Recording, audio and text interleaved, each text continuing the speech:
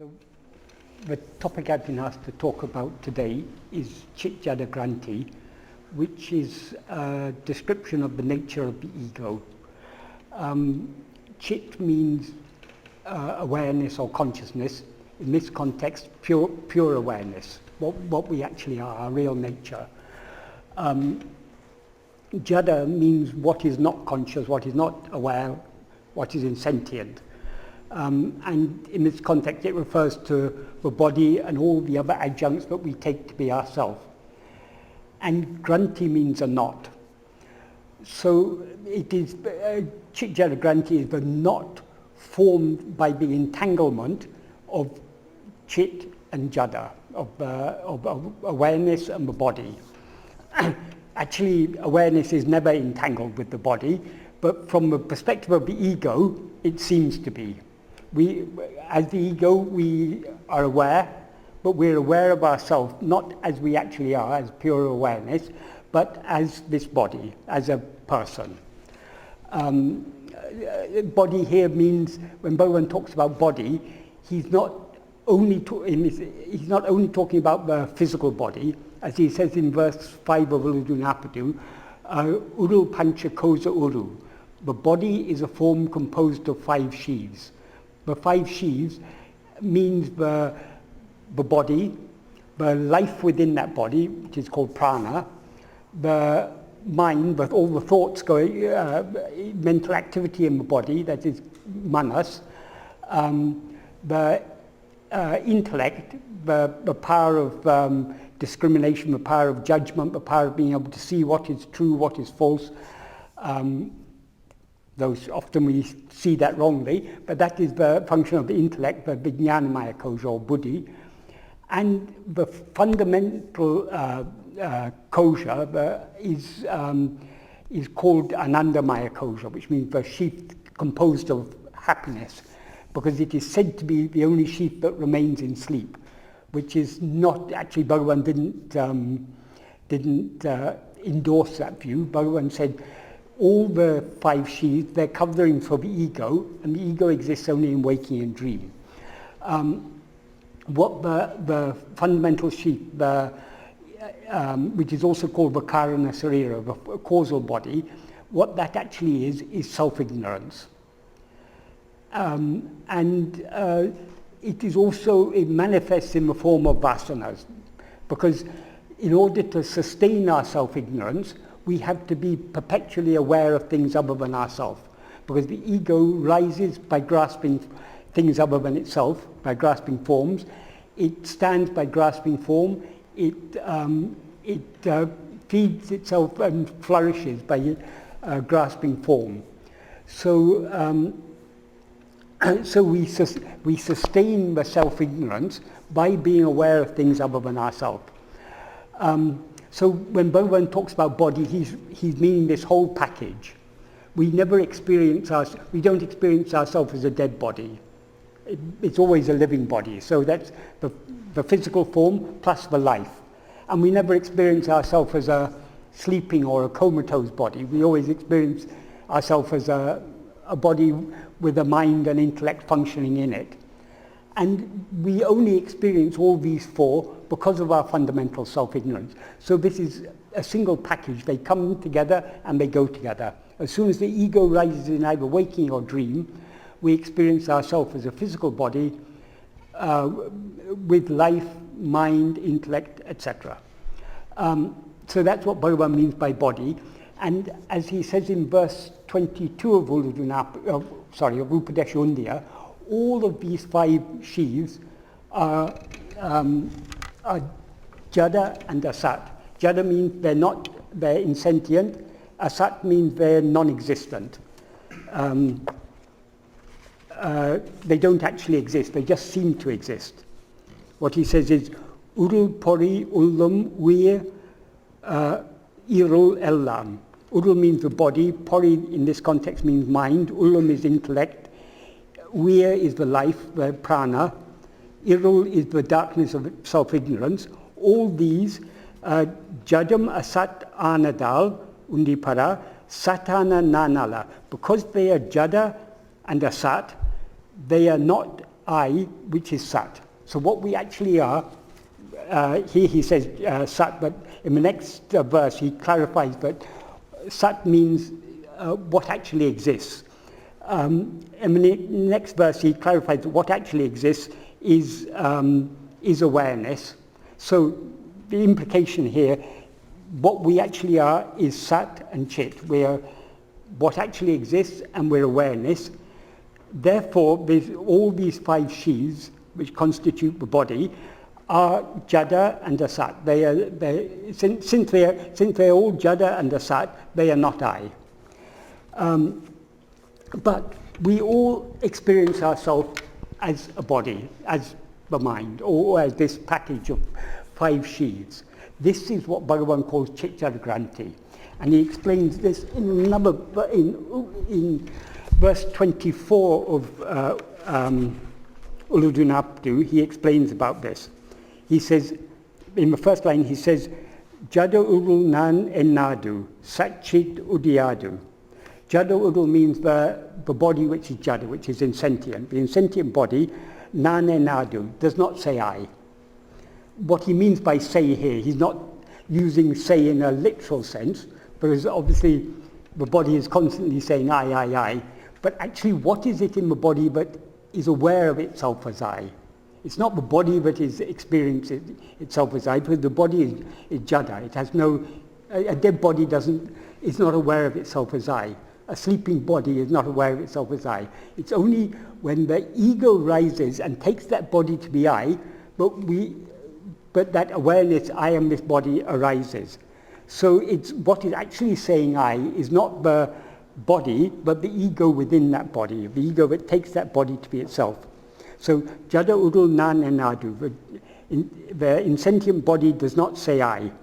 Saccit-jaḍa-granthi. Sat means what actually exists. Chit means awareness. So that being awareness, or that what actually exists is ourself. So in effect, saccit means our self-awareness doesn't rise.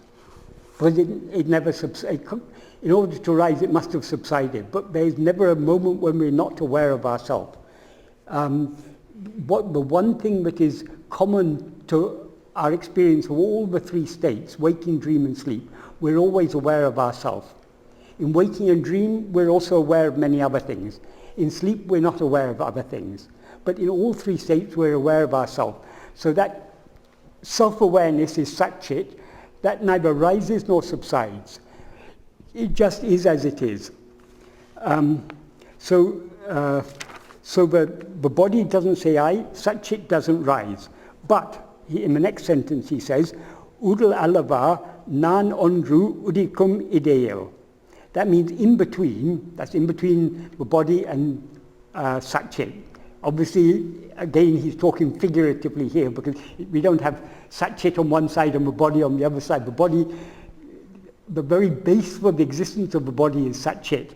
But figuratively speaking, in between these two, nāṉoṇ.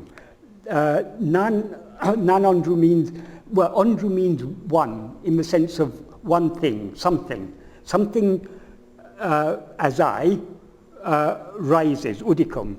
Uḷḷadu, to the alavu means the extent or the measure of the body. So to the extent, as the extent of the body, something called I rises.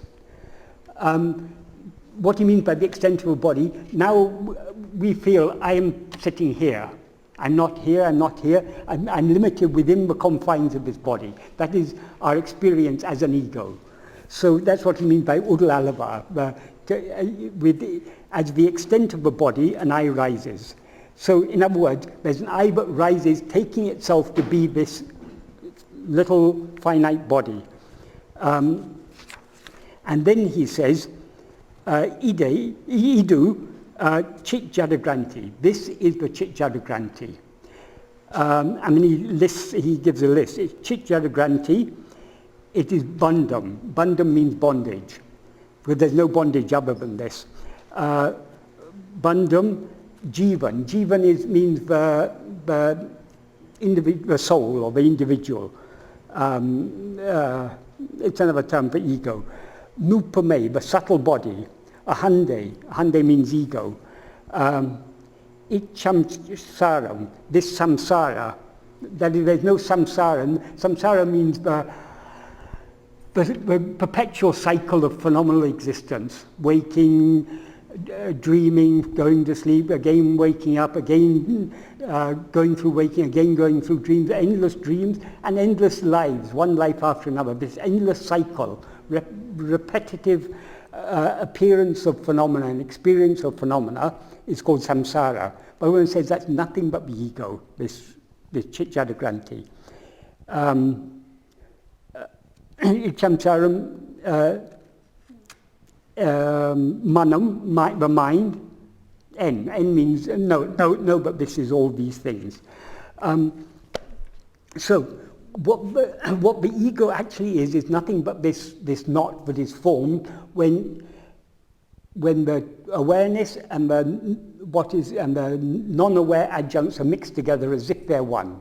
It's like if two pieces of string get entangled, a knot forms. If you separate the two pieces of string, there's no knot. The knot has no independent existence.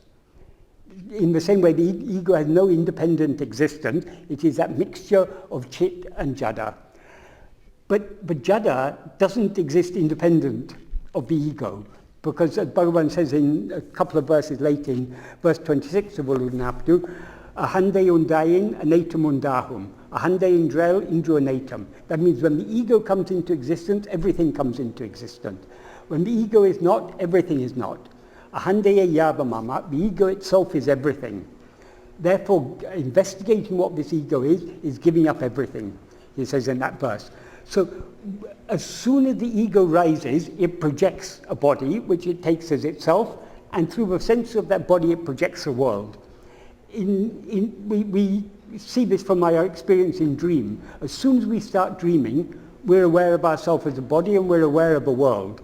It's not that the ego rises first and then the body appears and then a world appears. It all happens simultaneously.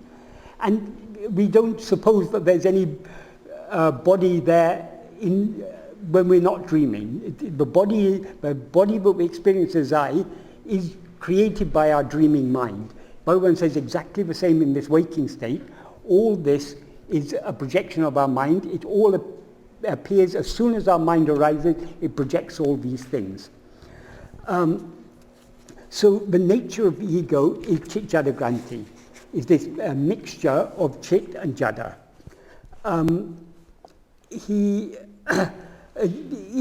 That's why he often said the ego is nothing but the false awareness, I am this body. I am the term I am this body, or it's often in Sanskrit it's sometimes called dehatma-buddhi.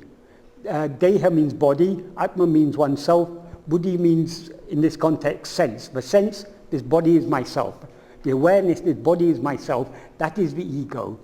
And in that ego, in the deha is the jaḍa portion, the atma, ourself, is the chit portion, and this false awareness which arises when these two are mixed together, that is the cit-jaḍa-granthi or ego.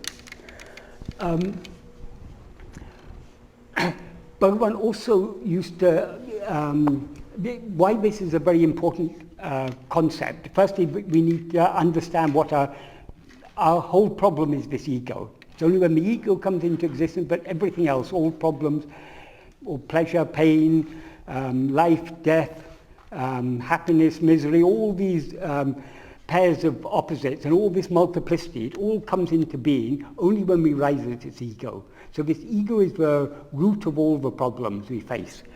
So first we need to understand what is the nature of this ego, which is why Bhagavan clarifies that it's the cit-jaḍa-granthi. But this is also relevant when we come to investigate what this ego is. Because the ego is not what we actually are. If we investigate it, we will see though it's not what we actually are, it's what we seem to be. So if we look at ourselves, trying to investigate what is it, who am I who now take myself to be this ego, just as if a rope appears as a snake, so long as we believe it's a snake, we feel fear. The only way to get rid of that fear, the only way to kill the snake, get rid of the snake, we can't get rid of it by beating it. The only way to kill the snake is to look at it very carefully, because when we look at it very carefully, we see that it never was a snake, it was always only a rope.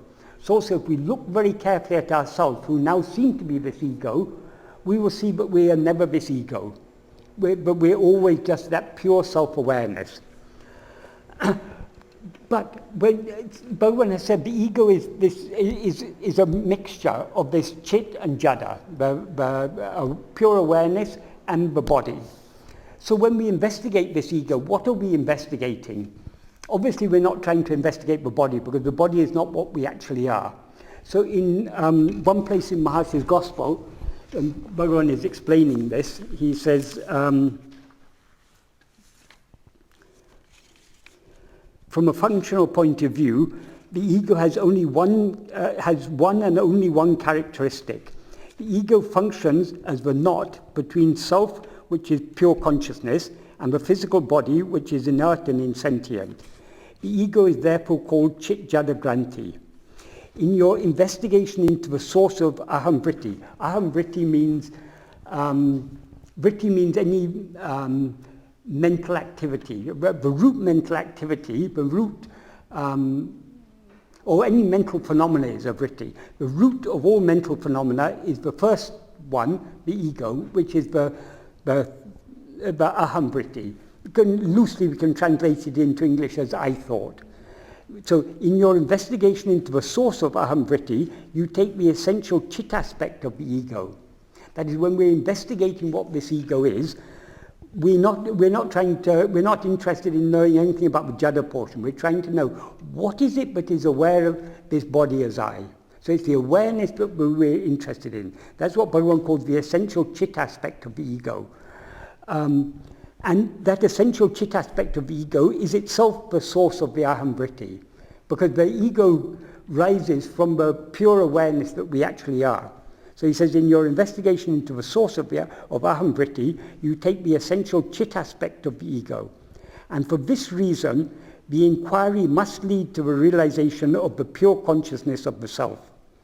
That is, by investigating the chit aspect of this ego, by investigating the awareness, our basic self-awareness, that has to lead us, if we persevere, if we focus our attention keenly enough on this, the fundamental awareness that we actually are, that will lead us to the experience of ourself as we actually are, which is pure self-awareness. So this is the relevance and importance of this term, cit-jaḍa-granthi, in Bhagavan's teaching. It is just another name for the ego, but not just a name, it's a description of the ego. It's a description of the nature of the ego. So when we understand that this is the nature of the ego, the ego is not... now I experience myself as I am Michael. Michael is the name of a person. Michael is not the ego. The I who says, I am Michael, that is the ego. So it's not the person is not the ego, but I that takes that person to be itself, that is the ego. Because the person is jaḍa. It's only why the person seems to be sentient is because of the presence of the ego. And even the ego is not real awareness. It's also another term for ego. It has that element of awareness in it, but it's not the real awareness that we actually are. That is why ego is sometimes called citta-bhasa. Abhasa means a semblance or a reflection.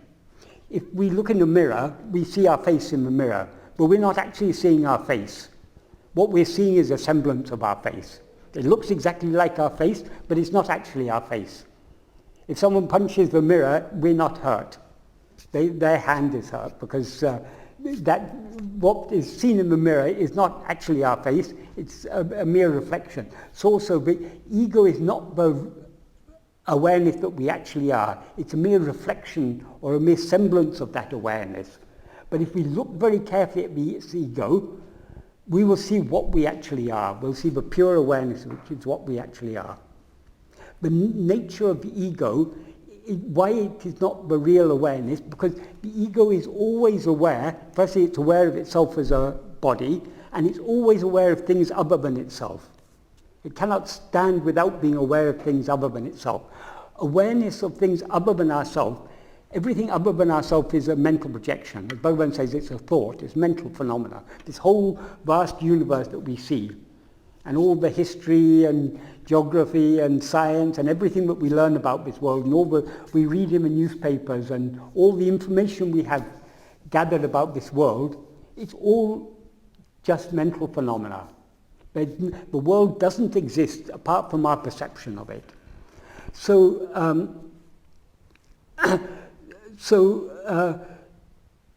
sorry, I went off on a track and I've forgotten exactly what the connection was I was making. The nature of the ego is to know things other than itself.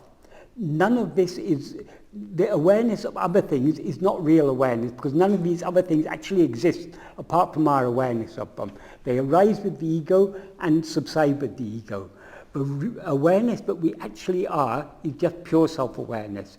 The awareness that we experience in sleep.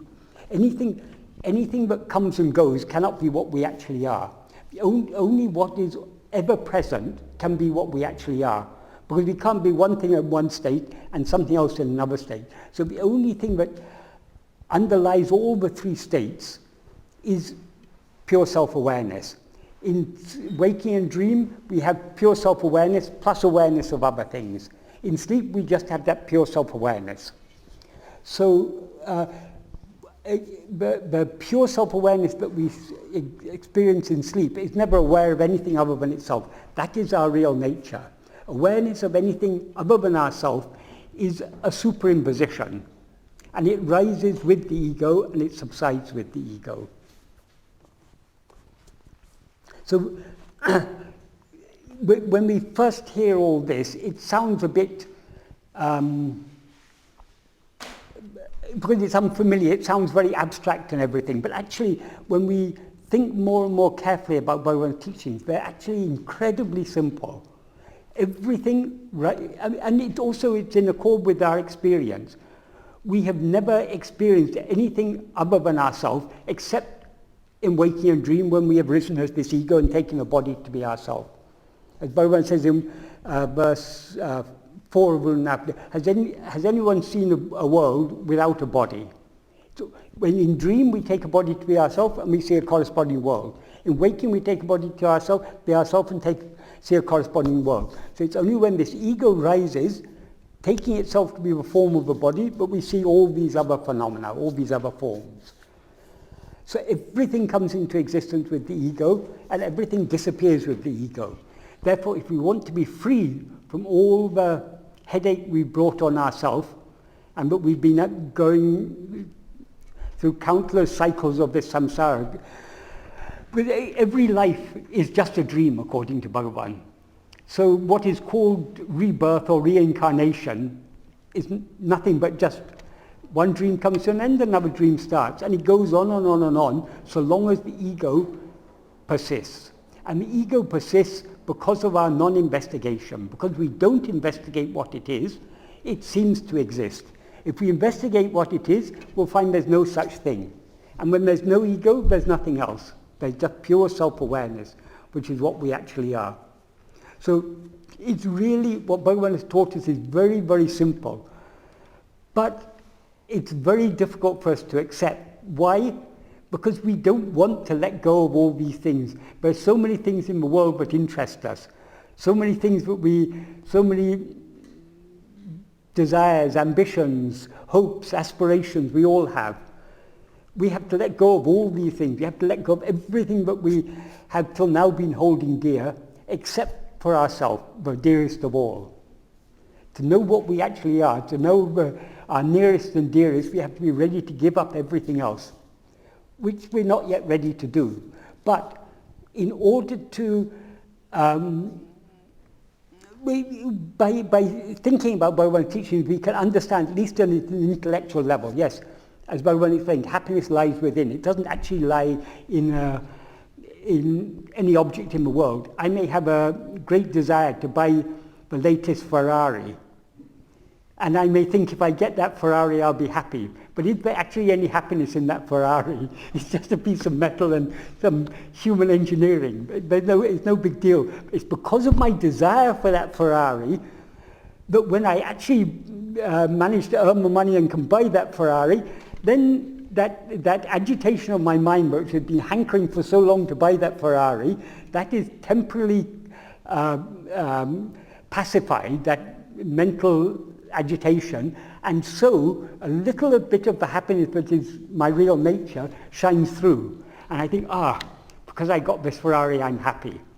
But a few days later, I'm no longer satisfied. Okay, I've got used to having a Ferrari, I want something else. I want to buy a nice big yacht or something. The human mind is never satisfied. Whatever we get, Bhagavan says in one verse in Guru Vachaka Gopal, the nature of desire is such, but before attainment, a molehill will seem like Mount Meru. And after attainment, Mount Meru itself will seem just like a molehill. Things always seem much, much bigger to us when we don't have them. When we get them, if we're poor, having £1 million seems a big deal. If we have £10 million, it doesn't seem a big deal. Getting £1 billion seems a big deal. When we get £1 billion, we see other people who have many billions of pounds, so we want something a bit more. We're just not satisfied. There's always, the grass on the other side of the fence is always greener. We're always looking for, so long as we look for happiness outside, we can never be satisfied. Happiness lies within. When Bhagavan explains this to us, it all makes sense. We're able to understand this. If we want to be happy, we need to know our real nature. This is a fundamental principle of Bhagavan's teaching. We can understand that intellectually, but none of us are actually convinced. We're still looking for happiness outside ourselves. We may not desire Ferraris, we may not desire £1 billion, we may not desire a very expensive yacht, but we're still, each one of us has our own, there are things in the world that we're interested in, that give us pleasure. And so our mind is still going out to these things. We're not yet ready to give them up. The only way to cultivate the willingness to give up these things is by the practice of self-investigation, because the nature of the mind is always to go to things outwards, towards things other than itself. When we're trying to turn our attention within, every moment, that instead of allowing our mind to go after the thought, to go outwards, away from ourselves, towards whatever we are thinking of or desiring or fearing or whatever is occupying our mind, if we turn it within, we are weakening the Vishaya Vasana. Vishaya Vasana means that inclination, that liking to go towards Vishaya. Vishaya means phenomena. So we're constantly craving this experience of phenomena.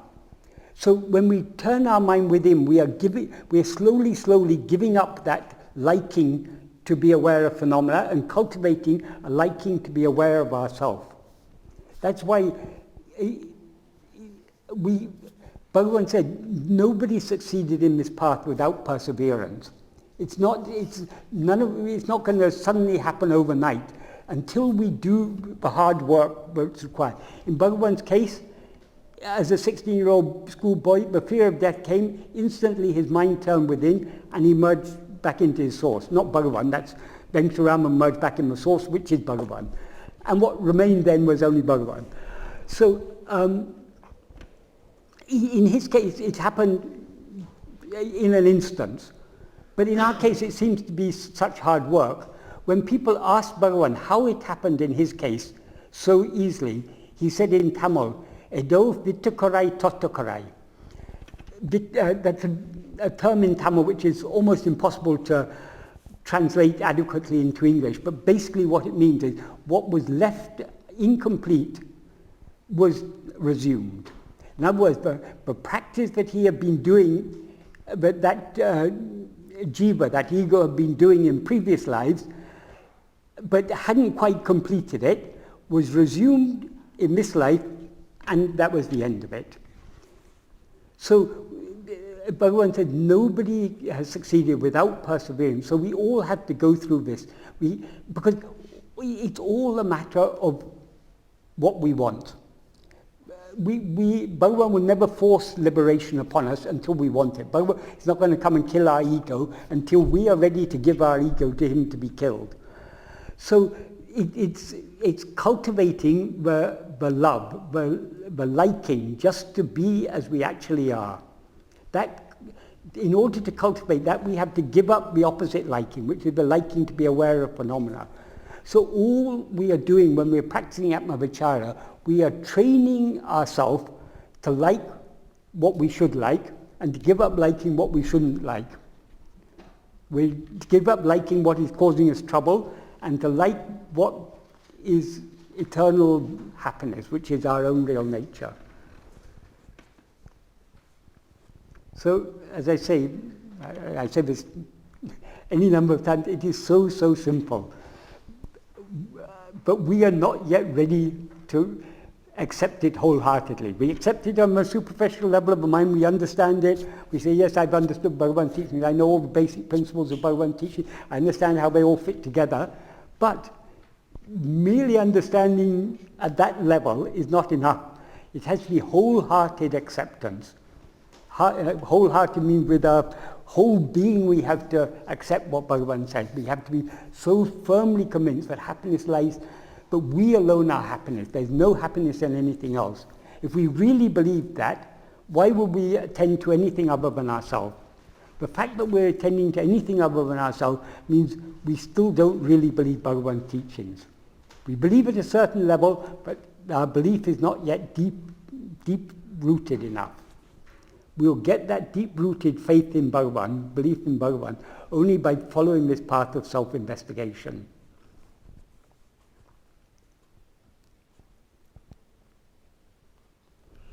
So I started with cit-jaḍa-granthi, and I went off onto all the usual subjects. I covered it. What I say every time, I've said again. There's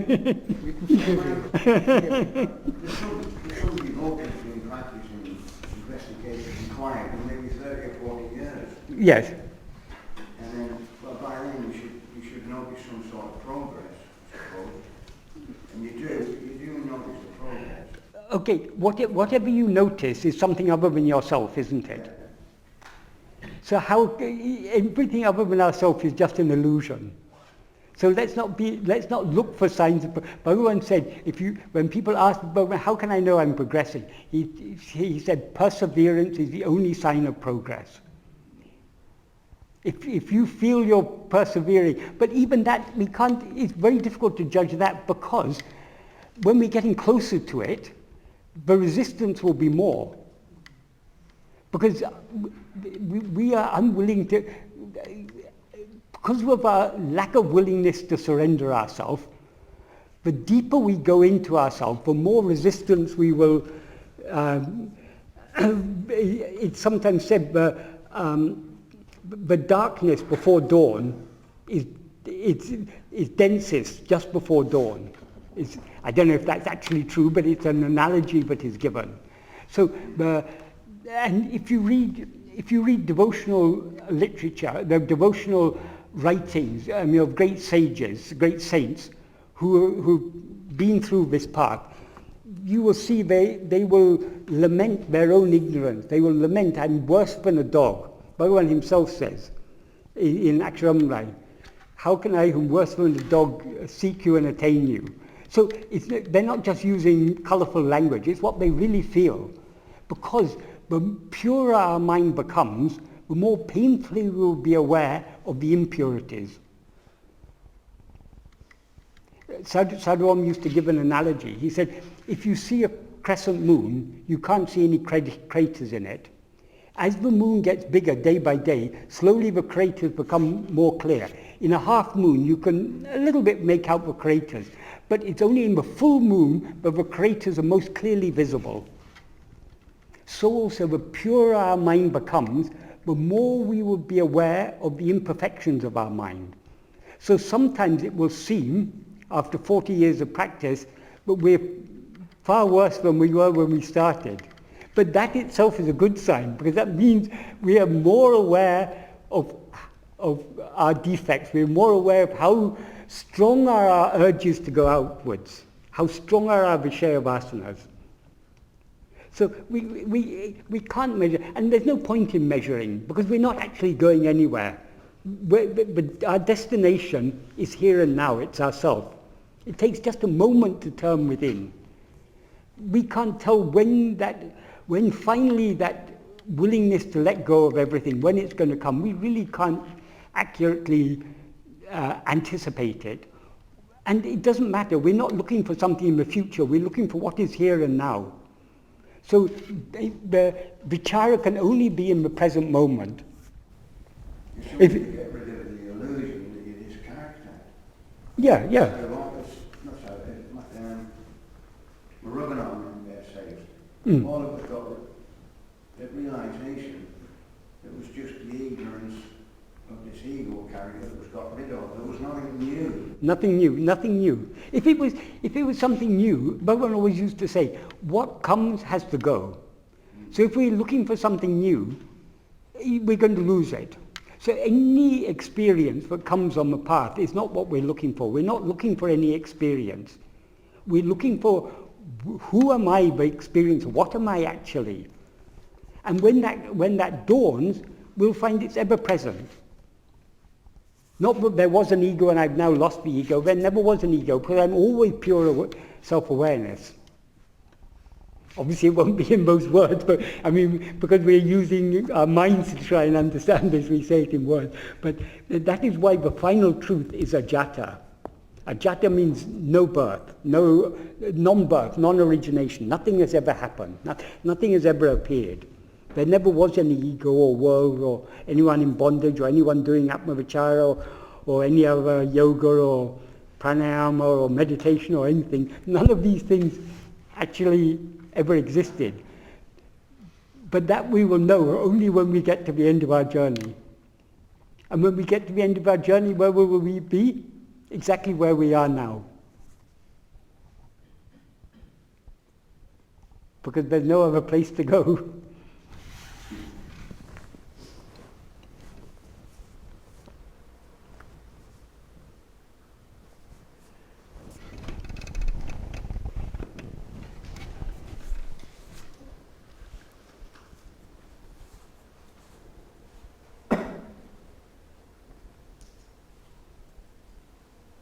So that enlightenment could be seen as simply being totally subsumed back into God, what we actually are. Yeah, that's all. That's state all. in which there's no beginning and no end, and Yeah. nothing ever happened. Yeah. That's the only state that it could be. Yes. So there are no enlightened persons. People go out into the world looking for, I want to find an enlightened person. Being a person is lack of enlightenment. When we're enlightened, we'll cease to be a person. Right. Yes. They call it enlightenment, realization, or anything. But it's a big business nowadays, being self-realized. You can earn a lot of money if you're self-realized. Yes. Unfortunately, I'm not self-realized, so I'm not earning any money. You could do if you wanted to. Yes, but that wouldn't be the purpose if we came to Bhagavan. That would be throwing away a great treasure for something very ephemeral. Yes.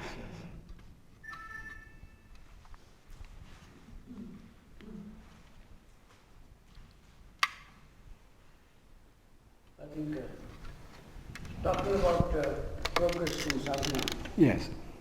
I found this quote from Ramana Maharshi. Mm. The degree of freedom from unwanted thoughts Yes. and the degree of concentration on a single thought are the measures to gauge the progress. Yes, but I think Bhagavan may have said something to that effect in that way. Yes. What are the unwanted thoughts? No, but Okay, you ask your question, then I'll ask my question. My question was, how do you know or how do you control your thoughts? You said you have no freedom from unwanted Well, thoughts. okay, that is what Unwanted thoughts come without your choosing. You don't choose thoughts. Okay, we can discuss that. But first is, which is the most unwanted thought? Surely the root of all other thoughts is the most unwanted thought. And what is the root of all other thoughts? The ego. And what is the nature of the ego? The nature of the ego is to constantly project thoughts. According to Bhagavan, this whole world is nothing but thoughts. So freedom from unwanted thoughts means freedom from the ego and freedom from the whole world. So this Bhagavan may have said to someone who, the thing is, according to the depth of our questions, Bhagavan will give deep answers. If we ask superficial questions, Bhagavan will give superficial answers. But why Bhagavan gave such useful answers to Sri Prakasham Pillai and not such useful answers to so many other people who came? It's because of the question Sri Prakasham Pillai asked. Why Bhagavan wrote Uḷḷadu Nāṛpadu and Upadesha for Muruganar? Because of the questions that Muruganar asked. So the deeper our questions, the deeper the teachings we'll get from Bhagavan. So a lot of teachings that we find in talks and other books, they come from people who are not questioning so deeply. Why should we want to know about our progress? Do we come to Bhagavan to learn how far we're progressing in the spiritual path? We come to Bhagavan for what? To find out who we are. What we actually are, for what we actually are, there's no progress. So the idea of, being concerned about our progress, who is progressing? It's a person.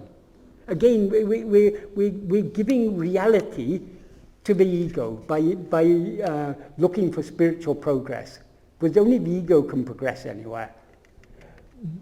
What is this ego who's looking for spiritual progress? Who am I? That should be our concern. So when we question Bhagavan, we have to question very, very deeply. And sometimes we have to question, we have to question some of the things Bhagavan said. For example, I'll just take one example. Sometimes it's been recorded that Bhagavan said the difference between sleep and nirvikalpa samadhi. In sleep, the mind is drowned in darkness. In nirvikalpa samadhi, the mind is drowned in light. Bhagavan did say that on certain occasions to certain people, because that is a very traditional belief about the difference. But we should question Bhagavan deeper, because Bhagavan has said sleep is not darkness, sleep is not ignorance, sleep is a state of pure self-awareness. So when people ask Bhagavan such questions, he'd say, yes, this so-called difference between nirvikalpa samadhi and sleep is true only for those who believe that sleep is a state of self-ignorance. It is said nirvikalpa samadhi is a state of light. But actually, there's absolutely no difference between nirvikalpa samadhi and sleep. It's only from the perspective of the ego in waking and dream that we say this state of manolaya is coma, this is sleep, this is general anesthesia, this is death, this is nirvikalpa samadhi. It's only from the perspective of waking, according to the cause of the nirvikalpa samadhi, it seems, the cause of the manolaya, if the manolaya happens because of tiredness, we call it sleep. If it happens because we're given certain drugs, we call it general anesthesia. If it happens because we've had a car accident, we call it coma or death. If it happens because we're practicing pranayama or meditation, certain yogic practices, we call it nirvikalpa samadhi. But the resulting state is exactly the same.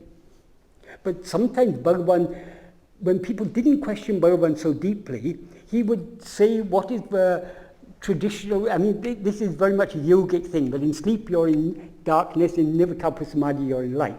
So Bhagavan would say according to those beliefs.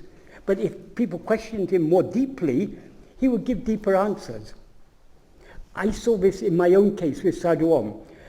Some certain things I heard from Sadhu Om when I was first with him. Later on, when I was learning more and more from him, I began to question him more deeply. And certain things he would tell me after some time would actually be refuting what he had said earlier, repudiating what he had said earlier. So I sometimes asked him, he said, well, at that time that's what you were ready to understand. Now you're asking deeper questions, you're ready to understand more. And I would also see it sometimes, I would see him answering people's questions, and he'd be saying things, and I'd be thinking, but that's different to what he told me. I'd ask him afterwards, why did you say like that? He said, that's all we're ready to understand now. Time will come when they'll ask more deeply, then they'll be told more. In a kindergarten, you don't start teaching PhD standard physics. You teach the children according to their learning capacity, according to their capacity to understand. And as they progress, they slowly, so the little child in kindergarten may one day be Einstein. But if someone had tried to teach Einstein about the theory of relativity when he was in kindergarten, he wouldn't have understood. So according to the level we're at, according to the depth of our inquiry, Bhagavan will answer us accordingly. Because that's what we're able to grasp at that stage. So a lot of things in talks, first, I mean, the problem with books like Talks Day by Day and all these other books, even Maharsha's Gospel, we can't say they're 100% accurate recording. It's what the person, whoever recorded, what they remembered of what Bhagavan had said. And what they remembered is what, they can only remember what they understood. So they're not entirely accurate recordings. But even to the extent they are accurate recordings, it's often not, Bhagavan's not giving his deepest teachings. He's giving more superficial teaching according to the level of the person who's asking the questions.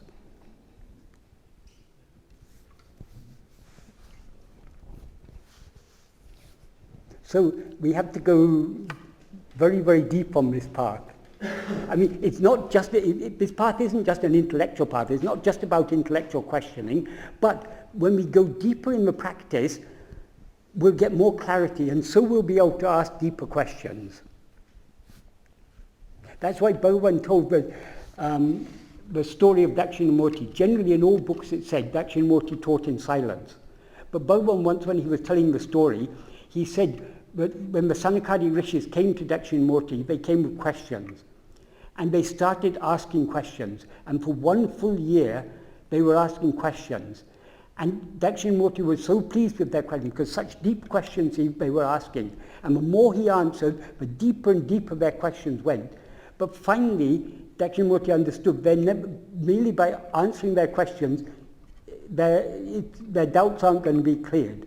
The only way is silence. It's only in silence. So he merged in silence, and because of their maturity of mind, his merging in silence, they automatically merged in silence. When Murugan heard Bhagavan saying this, he said, "But Bhagavan, the story isn't told like this in any books."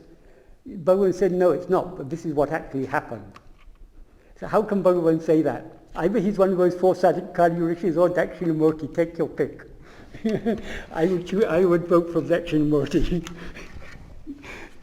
Not that it makes any difference, because the Sanakadi rishis, as soon as Dakshinamurti merged in silence, they merged in silence, and then there's no differences. So the Sanakadi rishis are Dakshinamurti, and Dakshinamurti is the Sanakadi rishis.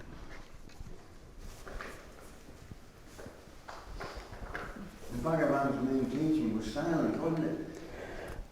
Yeah, Bhagavan, not his main teaching, his real teaching. Devotee realized himself he was just a look. Yes, yes. Even look isn't necessary. Look, you need a body. Yeah. But silence is beyond the look. Because in silence, there's no two, there's no teacher and taught. Silence is our real nature. That's why Bhagavan said, our real nature can be revealed by what? Only by our real nature. Words cannot reveal it. So the words are pointers, the words are directing us where we should look. Words are directing us to turn back towards ourselves. But when we turn back towards ourselves, the ultimate revelation of our real nature is through silence. It's where we merge in silence that everything will become clear.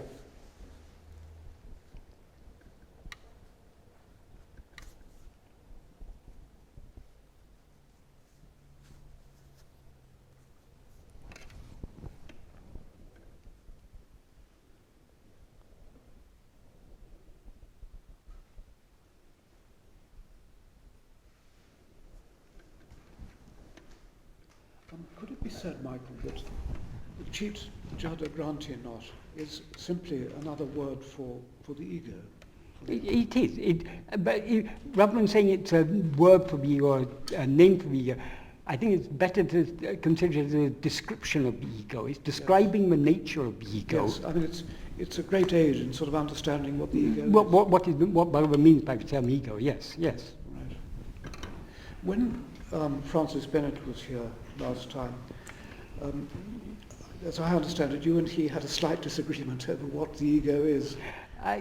Well, yes, I'm afraid that he thought that you can never get rid of the ego, you need the ego. Yes. So he's not understanding what Bhagavan means by ego. And, I mean, he was saying some very nice things, and again, this is a matter of how deep you go. Yes. I mean, he's a very sincere spiritual aspirant, but he's at a certain level. Yeah. We have to go beyond, we have to go ever deeper and deeper and deeper. Yes. Because he was talking about multiple realizations, multiple levels of enlightenment and everything. And he was saying there's the relative and there's the absolute. So long as you've got multiple levels, it's all relative. But you don't go relative and find the absolute, because the absolute has no relation to the relative. The absolute is as it is. Yeah, I understand. So there has to be, I mean, basically he's saying there's no ultimate goal. But Bhagavan said, yes, there is an ultimate goal, because everything arises because of the ego. When we investigate this ego and find it doesn't exist, that is the ultimate goal. Yes. So he's not yet ready to accept that. And you think it's also maybe because he confuses the ego with the buddhi. I mean, we clearly need our buddhi, our intellectual apparatus, Do we? to function. Well, I think... Do we need to function? Good question. I don't know. Yeah,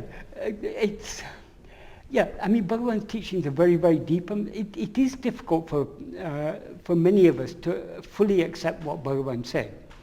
But Bhagavan helps everyone at their own level, and I think he's a very, she, because she first be called she now, she is very sincere, and Bhagavan guides everyone at their own level. So we don't have to concern ourselves about others, but certain things she said were confusing. And I noted there were people here who said who said to me afterwards they found it very confusing. Yes. So we need not be confused by it. If we stick to the simple principles of Bhagavan teachings, if we understand the basics of Bhagavan teaching, which is that the ego is the root of all problem, and the ego isn't real even now, all we have to do is investigate it, see what we actually are, and that's the end of everything. Well, never mind about what Francis said. I mean, I take your point that the buddhi may not be necessary in absolute terms, but for so long as we are relative beings, which most of us are, I mean, we do need a buddhi to sort of navigate our way through life. Yeah, obviously, yes. And But the life through which we're navigating comes into existence when? Only in waking and dream we have a life through which we need to navigate. well, it's a deeper question than that, because, I mean, in absolute terms, according to these teachings, we actually don't come into existence, because we never have been and never are. Yes, that is the ultimate, that is a jata, but that is not our experience now. Now we experience ourselves as a person, we experience all this multiplicity. Yes, when we say, we need an intellect to navigate through this world, yes, but this world, how real is this world? How real is, it's only in waking that we experience this world, in dream we experience some other world, in sleep we experience no world. So all these things come into existence with the ego. So to say that we need the ego to function in this world, yes, there would be no world without the ego. So definitely we need the ego. If we want the world, price you have to pay is you have to be an ego. Yeah, but that's not what I said. But I know it's not what you said, but I'm turning it on its head for a reason. We certainly don't need the ego, but while we do need the buddhi. Who is the we who doesn't need the ego but does need the buddhi? The we who needs the intellect is the ego. Yes. Pure self-awareness doesn't need any intellect. Pure self-awareness doesn't need to navigate its way through the world. No, okay. So it's only, all these problems are only for the ego. Right. The ego is the root of everything. Okay.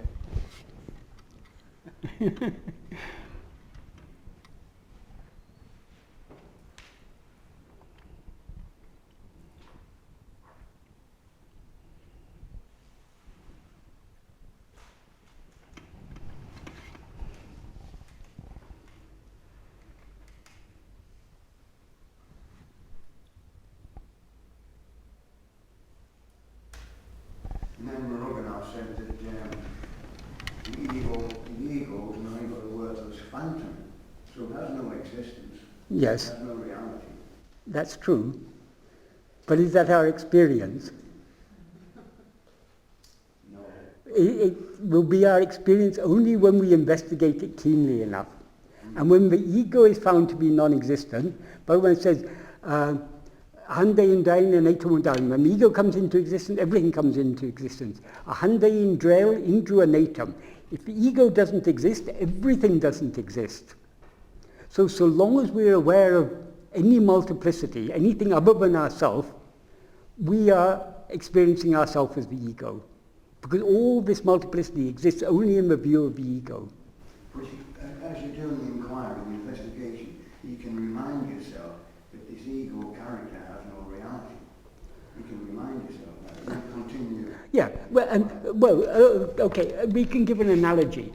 If it's dark and you see a snake on the path, so long as you believe it's a snake, you're not going to go close enough to look at it. But if you're walking with Bhagavan, Bhagavan says, no, it's not a snake, it's actually only a rope. If you believe Bhagavan, you pluck up a little courage and you're able to go a little, because you've got some trust in Bhagavan, you're able to go a little closer and look a bit closer. If you were firmly convinced that it's a snake, you're not going to go so close to look at it closely enough.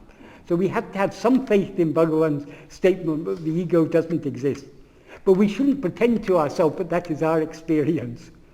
Because the one who is pretending is the ego. We cannot get away from the ego until we investigate ourselves keenly enough. You can sometimes get a glimpse of the reality. Anything that glimpses are things that come and go, aren't they? Anything that comes and goes is not the reality. Because the reality is what always is there. I know once that people have had a glimpse of themselves. What does a glimpse of the self? What is the self? What they call the self is pure self-awareness. The self of God. If anything that comes and goes is not pure self-awareness. It's some phenomena. Only phenomena appear and disappear. So any glimpse is still at the level of mind. It's only in the view of the mind, or mind or ego, that things appear and disappear. So we're not looking for glimpses. We're looking for what is eternally there. You can say we have a glimpse of it every night when we fall asleep, because we're nothing but that in that state, but we come out again. Why? Because what caused us to go into sleep was not pure self-awareness. What caused us to go into sleep was tiredness. But pure self-awareness, once we were tired, the ego subsided. As a result of the subsidence of the ego, we experienced pure self-awareness. But that is putting the cart before the horse, as it were, because the ego, the pure self-awareness that we experience in sleep doesn't destroy the ego, because there's no ego there to be destroyed. So while the ego is here, in waking and dream, we have to try to experience that pure self-awareness that we experience in sleep. If we're able to do so, then the ego will be destroyed. The experience of pure self-awareness has to be the cause for the subsidence of the ego.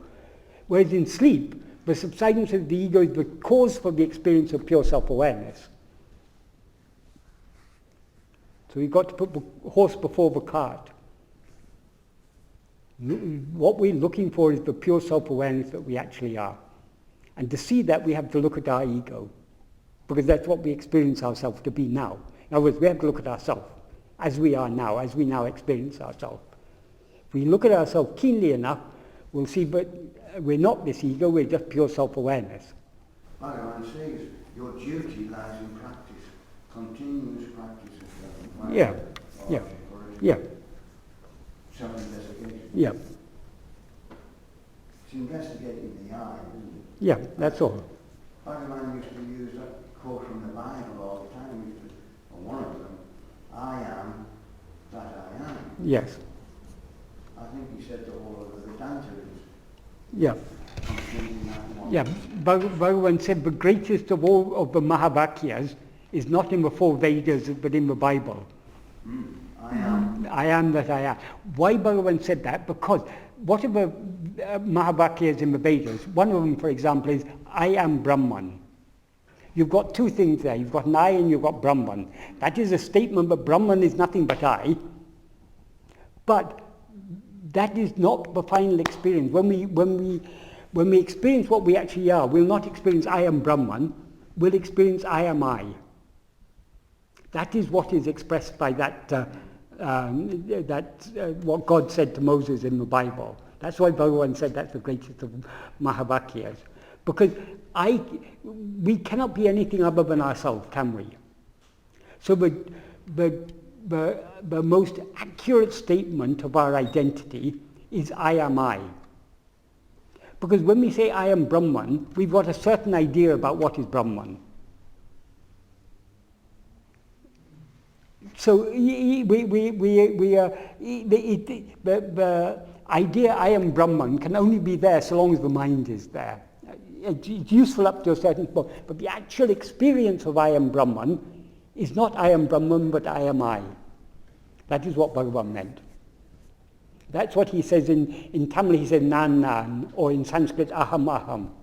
But unfortunately it's been translated in English as I-I, which doesn't really have any meaning. Because in Tamil and Sanskrit, you generally, if you've got a sentence A is B, you don't have to add in this is, you just say A, B. It's understood, but since there's no verb there, but it's identifying A with B. So when for example, the question in Tamil, who am I, is nāṇya. Literally that means I who. There's no am there. Am is understood. So also when Bhagavan says nāṇ, it means I am I. But the first person to translate it into English translated as I, and everyone has been following suit. But that's not what Bhagavan meant. He didn't mean I-I, he meant I am I. Because can we be anything other than I? We cannot be. So the true experience of our identity can only be I am I. Now we experience ourselves as I am this, or I am that. I am this body. Or I am that Brahman. According to Bhagavan, I am this or I am that is ignorance. I am I alone is the truth. Because Brahman is nothing other than I. So the experience of I am Brahman is not I am Brahman, but I am I. Michael, aren't the glimpses of reality that Bill was talking about, aren't they useful? Aren't they sort of pointers?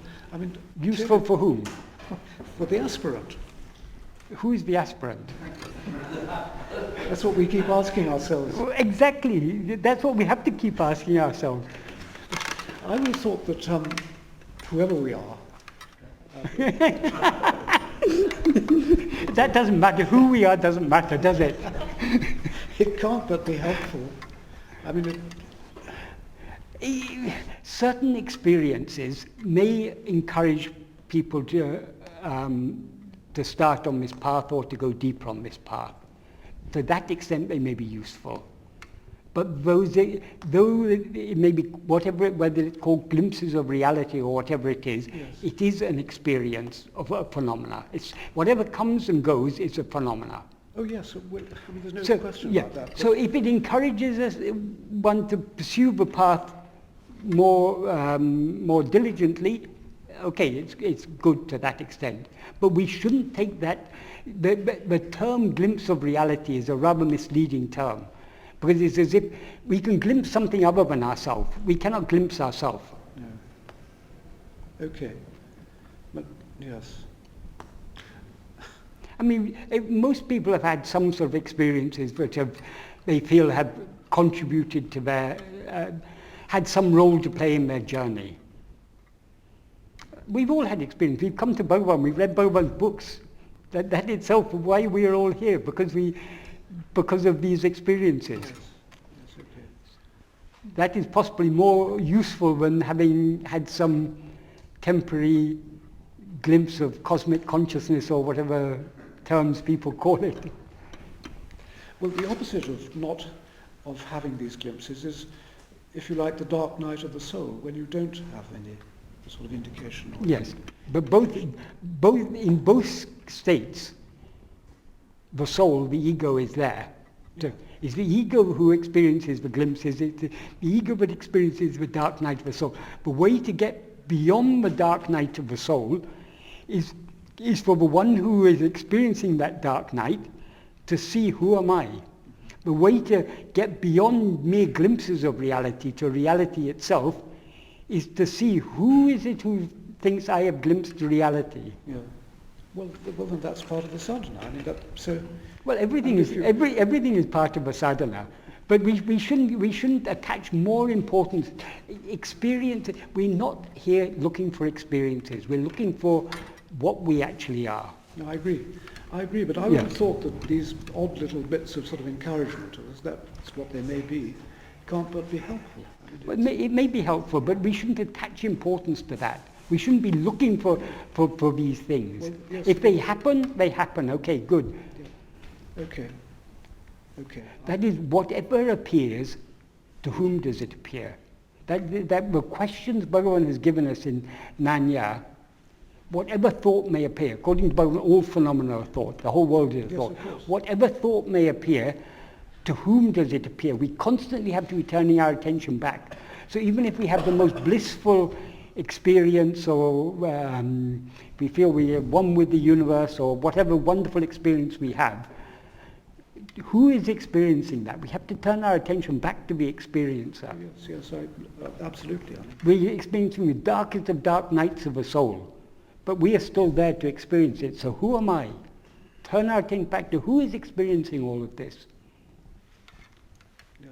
That Bhagavan's path is such a simple and beautiful path, because it doesn't matter what we experience or don't experience. Who is experiencing it? That's all we have to investigate. Okay, I don't want to take it any further. We have to take it further. We have to take it to the end. Who is it? Well, Who doesn't want to take it any further? You're encouraging the wrong aspects of you.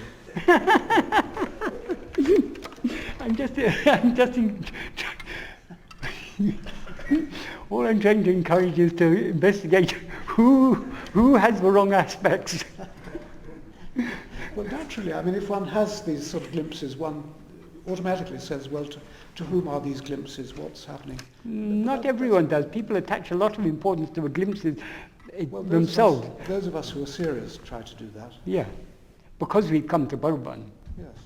So the most important experience we've had in our life, more than any glimpse of reality, is the first glimpse of Bhagavan's teachings, or the first glimpse of Bhagavan's picture. Yes. That is worth more than anything else. Yes, absolutely. A lot of us are just doing this because we've had a glimpse. Sorry? Once we've had a glimpse of something, Bhagavan or not, it doesn't matter. We've got attracted here, and now we're on that one. Yeah. It was the glimpse that got us going. Yeah, I mean, we all have a story. We all have a life. I mean, we've all. It says that first of all about loss of yoga, that we should reflect on it, and a lot of things like that. You've seen that, and that kind of thing. And then it says that once a person has had samadhi, then he's going to spend the rest of his time looking for that. Yeah. That seems to agree with. But we're not looking for samadhi. We're looking for who is it who experienced samadhi. No, we realise that. Yeah. Because people attach a lot of importance. In yoga, samadhi is actually a goal. But Bhagavan hasn't asked us to look for samadhi, he hasn't asked us to look for anything. He's asked us to look only at what we are. Even he hasn't asked us to look for liberation. Or what he's clarified about liberation. Liberation is not something we're going to experience in future. Liberation is here and now. Liberation is our real nature. So who are you here and now? So we're not looking for anything that we're going to experience in the future. What are we here and now? The investigation can only be in the present moment. Yeah, absolutely, but it's the premise that made me do it. Yeah. I mean, that's okay, but that's all past. Yes. Yeah. Who is it wants to? Yeah, exactly.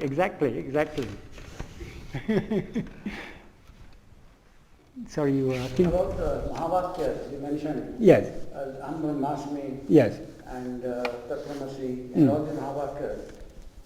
I think have a role to play. Of course they've got a role to play. I'm not putting. They're very, very important because what all the Mahavakyas are saying, you are that. Yes. Whether you call it Brahman or you call it Prajnana or whatever you call it, you are that. So in other words, they're turning, the aim of the Mahavakyas is to turn our attention back to ourselves.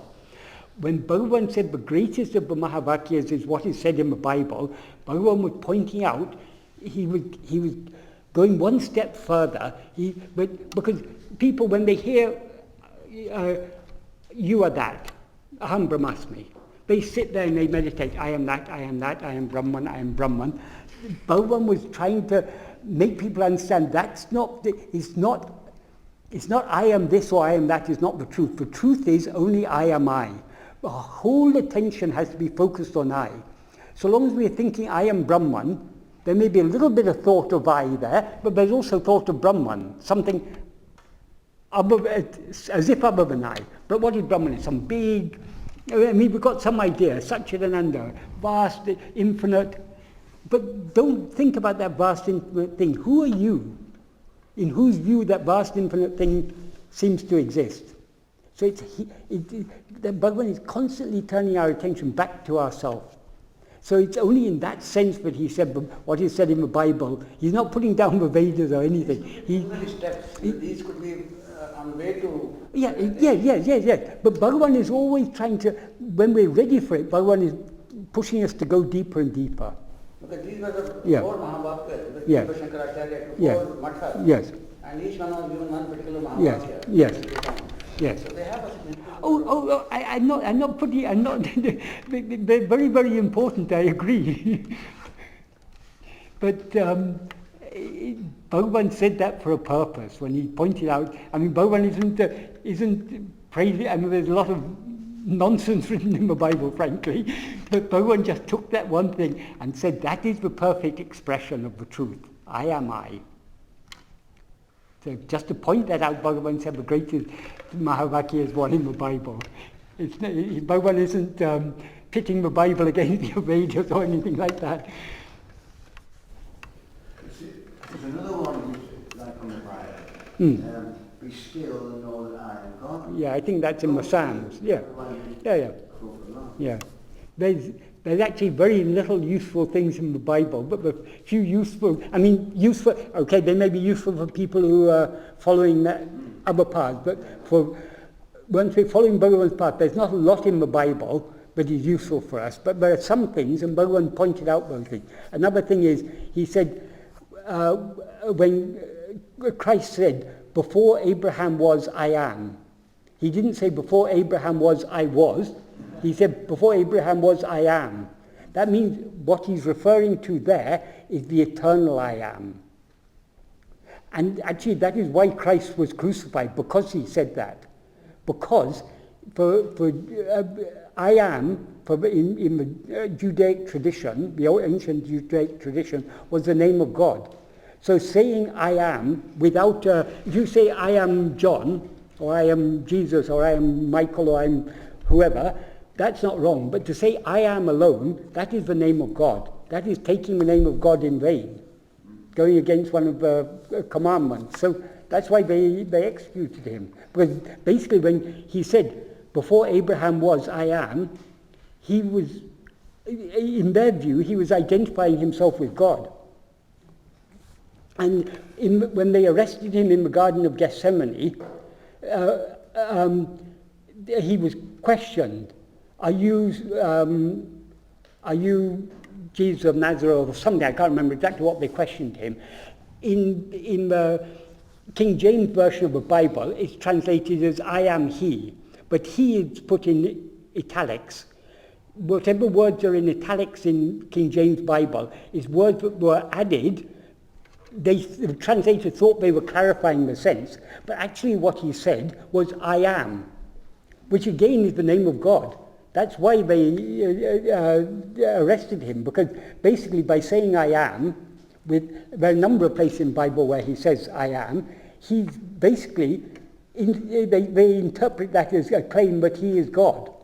He's like, it's blasphemy. That's So the fundamental difference between our path and Christianity. Yeah. And we all say that we're God. Yeah. But even but Bhagavan wouldn't even agree with that, to say I am God. No. God shines as I, but to say I am God, who is saying who can say I am God? It's the ego. Yes, I see. Well, Michael, since nobody else can think of anything to say, can I ask you a slightly personal question? When Sadhuam died, it must have been quite a shock to you, wasn't it? It was, yes. It happened very suddenly. Did it? Yes. And what sort of effect did it have on you? At the time I was heartbroken, naturally. But Bhagavan knows what help we need when, and sometimes, I mean, I'm sure it's all part of the scheme of things. Yes.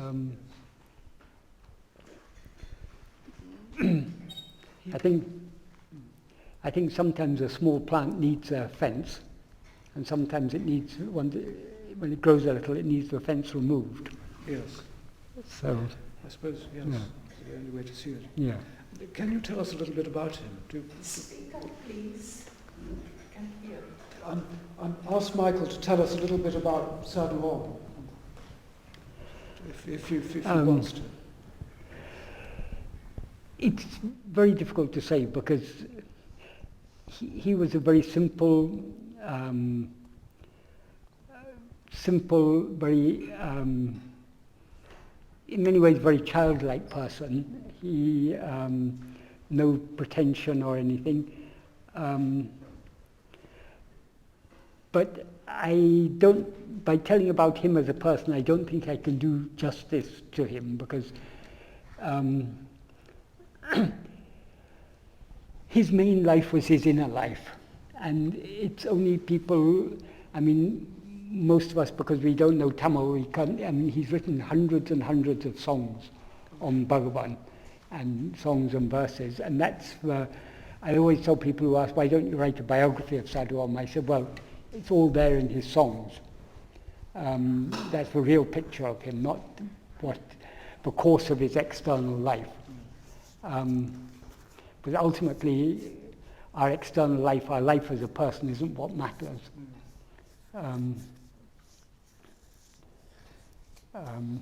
I mean, for myself, I can say I was very, very blessed that I was able to be with him for 8 years, and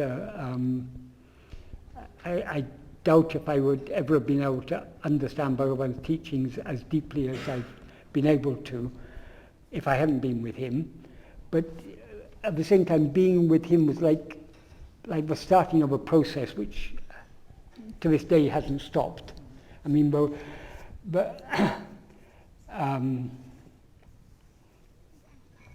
being with him day in, day out, and constantly talking about Bhagavan's teachings, and I'm always of a questioning type of mind, so I asked him all sorts of questions. And I would say in a way from him I learned how to question. I learned how to think deeply about Bhagavan's teachings, how to make connections between the various teachings Bhagavan has given, and above all, obviously, to practice it. I mean, how I first came to know him was when I first came to Tirunamala and I read Who Am I thought, this is it. But then how to practice, it wasn't clear from most of the books that were available. And when I read his book and he said, self-inquiry is just self-attention. It made so much sense to me. And, but I mean, that's just the beginning. We really find out what Atma-vichara is by practice. The more we practice, the more we learn how to practice. So I mean, I'd say everything that's happened in my life since then, it was initiated by him. I mean, my interest in studying Bhagavan's original works, and I had the good fortune of translating the whole of Guru Vachakavai with him. And yeah, It's been quite something. yeah. So yeah, but all these things. I mean, some people ask me whether, or some people assume that Sadhuam is my guru, but I always say no, not at all. Bhagavan is my guru. Sadhuam never considered himself as a guru, and he wouldn't want anyone to consider him as a guru. He always used to say Bhagavan alone is the guru for all of us. So he's like an older brother, you can say, but at the same time far, far ahead of,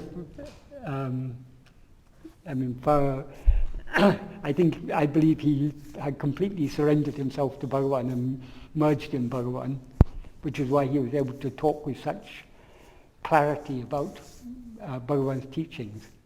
Though his English wasn't so perfect, he was able to make Bhagavan's teaching more clear than anyone else I've ever come across. Did he meet Bhagavan in the body himself? Yes, he was with Bhagavan for the last 4 or 5 years. In Day by Day, Devaraja Mudliya refers to him as the young man Natarajan from Tanjore, who last time he came with Janatamati, he sang a particular song. He's written a bit about him, so from that we can see the date. I think it was in the summer of 46, if I remember correctly. How old was he when he died? 63. 63, gosh. So he was with Bhagavan from about 1945 till 1945, 46. 46 I think it was, till 1950. Did he stay in the ashram itself, or he was? Not during, when he first read about Bhagavan, a couple of years before that, he had wanted to join the Ramakrishna mission. So he had resigned his job and gone to the Ramakrishna Mutt in Chennai, Mahabalipuram, yes, to join. And when he got there, they said, "Oh, you can't join. You can't just come here and join. You have to be in correspondence with us for 2 years." And then there's probationary period. They explained. So, but one of the swamis there talked to him for a long time, and then he said, "I've got now is my time for doing my puja, so I'll just do my." He had a small room, a small little space beside where he had his puja thing. So he went and he did his puja, and after he came back, he said, "Bhagavan will call you after 2 years." He took it to mean Bhagavan means Ramakrishna Paramahamsa. That is what he understood.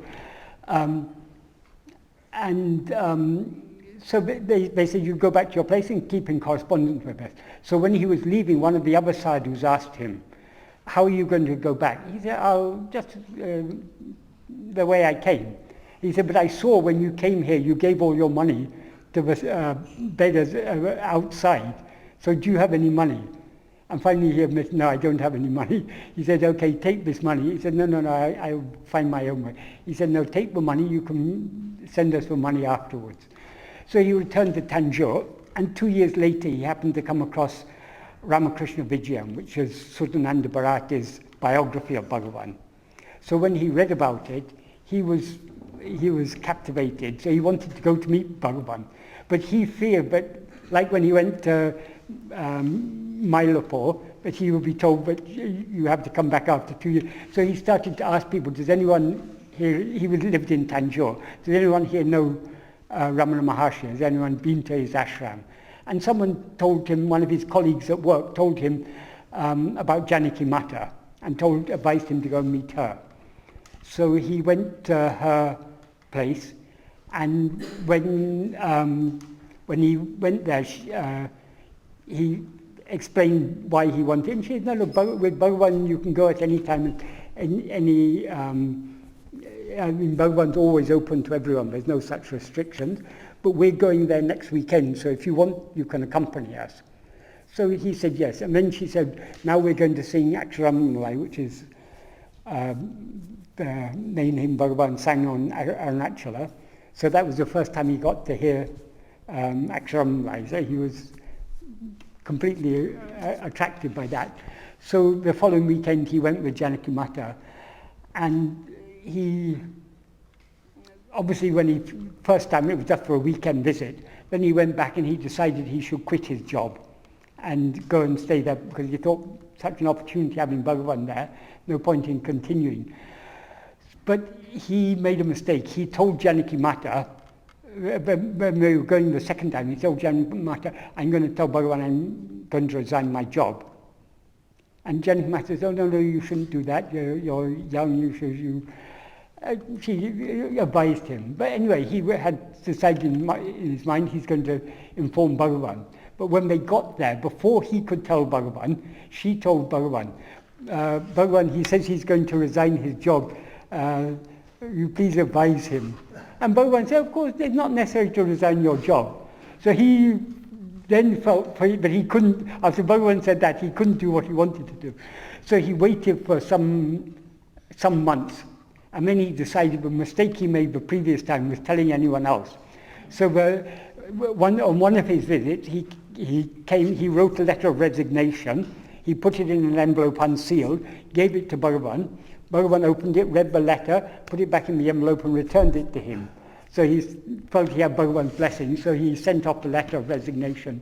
Then he was living in Palakottu, which is where most of the sadhus lived in those days. So he lived there till Bhagavan passed away. And he wanted to stay on afterwards. But there were a lot of problems afterwards, there were a lot of politics and there were problems. Anyway, Janaki Mata asked him to come back to Tanjore. She said she wanted to have a Tamil magazine about Bhagavan, and she wanted him to be the editor. So for a few years he was editing that magazine. It was called Aru. And then in 1955 he returned to the ashram. And then he was living in the ashram from 55 up till the early 60s. And then he left the ashram and was living outside. So he had association with Murugan? Yeah, the first time he came, when he first came to Bhagavan, on the way he wrote a song. And when he came to Bhagavan, he sang that song. And he gave a copy of the song to Bhagavan, he also sang it. And Bhagavan asked him, have you shown this to Murugana? He said, who's Murugana? And Bhagavan said, he lives there in Palakottu. So he took the hint, he went and he showed it to Murugana. And from that day onwards, they were friends. And so Bhagavan initiated their friendship. And then when he came in 55, from that time he was helping Murugana with his work, but because he was staying in the ashram, he was They gave him work in the bookstall. He was the compounder in the dispensary. There weren't many people in the ashram in those days, so they kept him pretty busy. But after he left the ashram, then he was able to spend more time with Murugan, and Murugan often, particularly towards the end, he used to just write verses on slates and people would copy them. So Sadhguru would go through and check that they'd been copied correctly, and if there were any errors, he pointed out to Murugan. And sometimes Murugan would correct it, sometimes he'd say, you correct it, because they worked together so closely. So he collected all of Murugan daily. He would be writing verses, and he collected together about 14,000 verses. And later, after Murugan said towards the end, he told Professor Swaminathan, either Sadhguru should edit this, or it should you can put it all in the Deepam, because there was some politics there. Some people were saying that Sadhguru shouldn't edit it, but Murugan anticipated all these things, so he said that to Professor Swaminathan, either throw it in the Bay of Bengal or put it in the Deepam, he said. So then he edited all those 14,000 verses into 9 volumes called Ramana Maharshi. And he also he did the final edition of Ramana Sannidhi Marai and Guru Vachakavai, which were published in the last few years of Murugan's lifetime.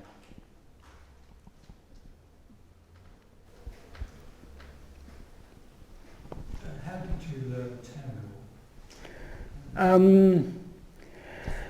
Initially, because I was helping Sadhguru with the translating, I would ask him, what does this word mean, what does that word mean? So I slowly started to learn. But most of Bhagavan's writings, and even more so Murugan's writings, they're written in classical Tamil, which is quite different to the spoken Tamil. So initially I was slowly picking up the classical Tamil, but I couldn't speak much Tamil. But after Sadhguru left, after he passed away,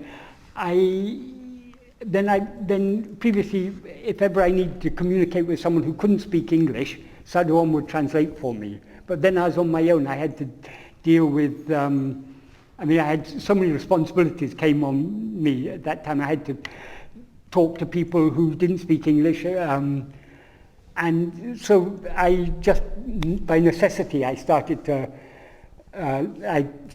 speak Tamil, and slowly my Tamil improved, and what I learned of spoken Tamil helped me with my understanding of literary Tamil and vice versa.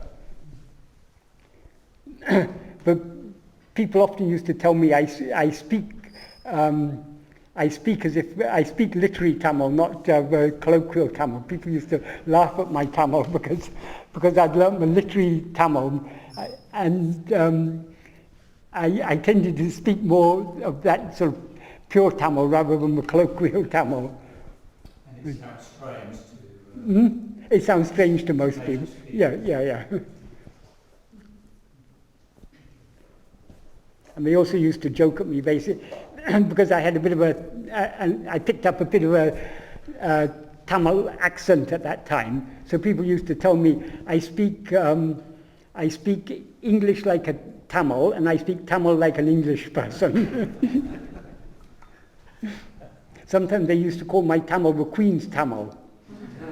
The Queen's Tamil, the Queen's English, the Queen's Tamil.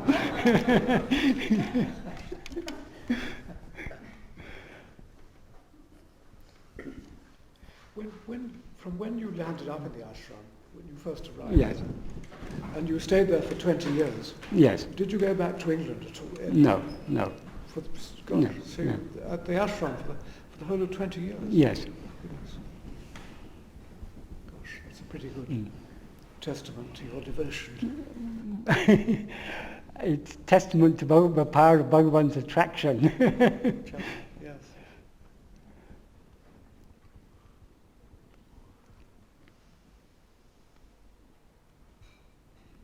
Yeah, this is all an Atma-vichara, as Bhagavan would say. was very interesting.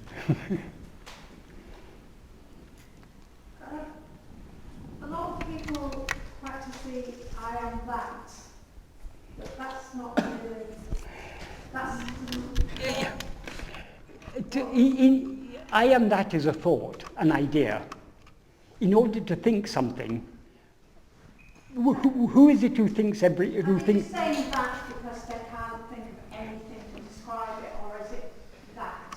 Well, in the practice, in the term I am that refers to Brahman, their ultimate reality. But what is that ultimate reality?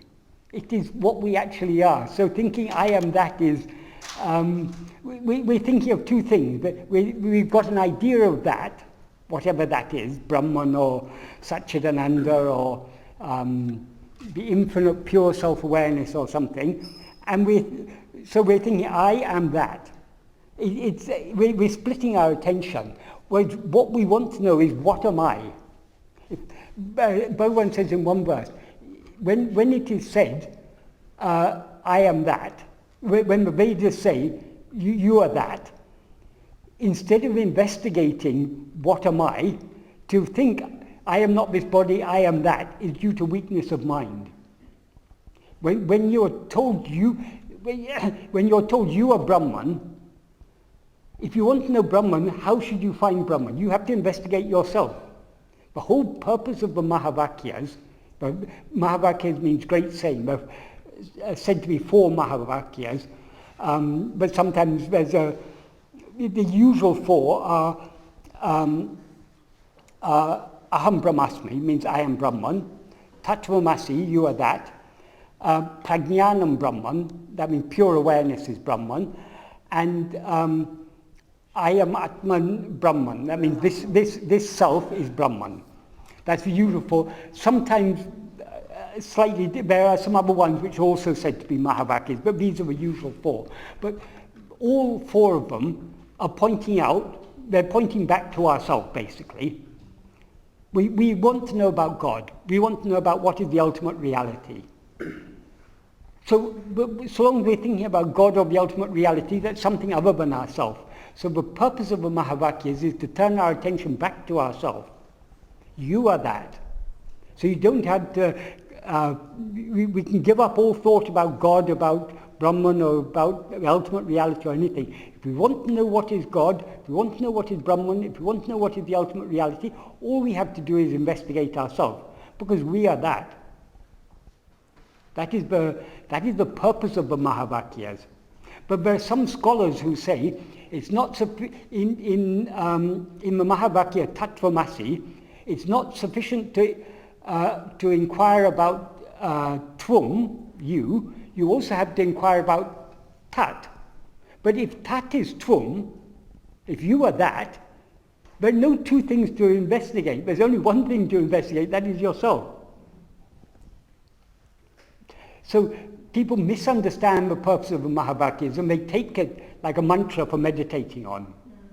But sometimes thinking about that, but I'm not this body, I am that may, as Bhagavan says, it can be an aid, in that it can encourage us to turn back and look at ourselves. But if we go on endlessly thinking, I am not this body, I'm not this mind, I'm not this person, I am that Brahman, that's not going to get us anywhere, because that's all mental activity. And mental activity occurs only when the ego is there. So thinking about anything other than ourselves, even if it's the idea I am that, is feeding the ego.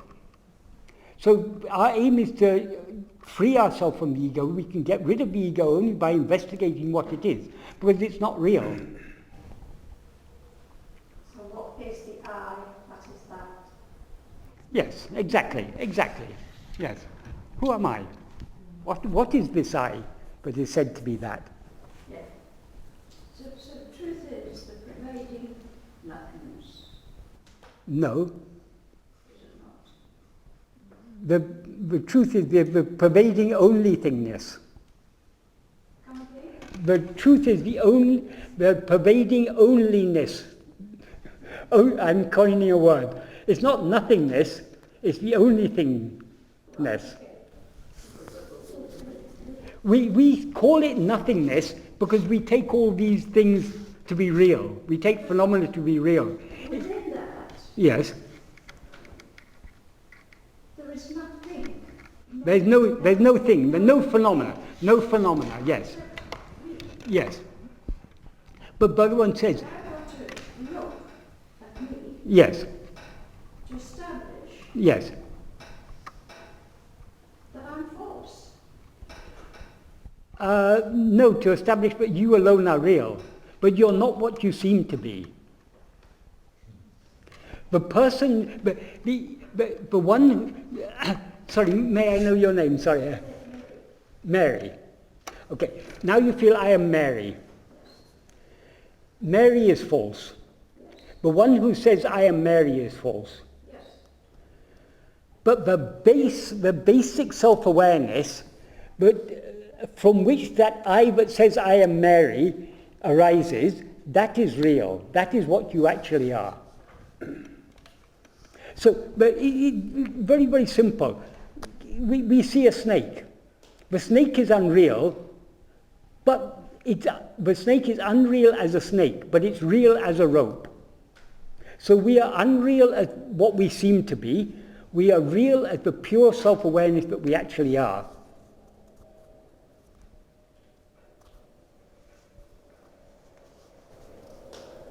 We're real as a self-awareness that we actually are. Yeah, that's pure self-awareness. Why pure? That isn't Mary. No. That isn't even the ego who feels I am Mary. It's not even that. Because when you feel I am Mary, that is a mixed self-awareness. That's not pure self-awareness. Mary is mixed up with you feel I am Mary. I am is the pure self-awareness. Mary is an adjunct. When you're asleep, you don't feel I am Mary. But you say I slept. So that is trying to look at Mary. No. So Mary is looking at The one who thinks I am Mary is trying to look at the I. You're trying to ignore Mary and look at who is it who thinks Mary is I? Who am I who experience myself now as Mary? So who's looking? The ego, So the ego is looking at itself. at Mary. No, not at Mary, because Mary is an adjunct. That's why Bhagavan said, in your investigation into the source of the aham-vritti, you take the essential chit aspect of the ego. You're not investigating Mary, you're investigating the I am. Yeah, that is, you've got this cit-jaḍa-granthi. You've got awareness and you've got Mary. They're tangled together. You're trying to untangle them. In order to untangle them, you look at the awareness bit. You look only at the I, not at the Mary. And that way you separate I from Mary. So it's that part looking at this part. What is looking is only the ego. But it's looking at itself, at what is the essential part of itself. The ego has two parts. It is the awareness, the chit, and the jaḍa. They're tangled together. We're trying to separate them. So we look only at the chit aspect. The chit is the pure part. The pure awareness, yes. And then it suddenly sees there's a fraud here. Yes.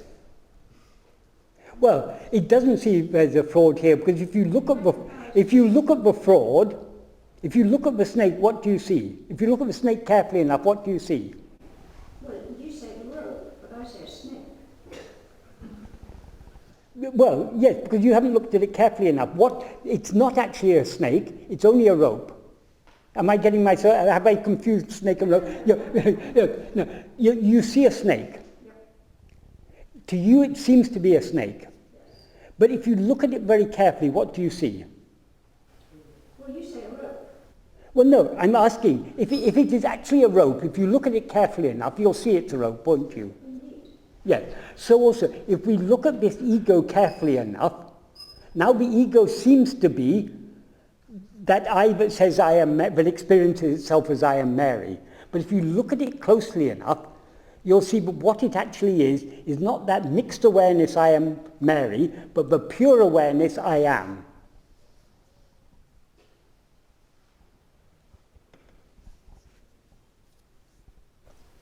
A fabrication?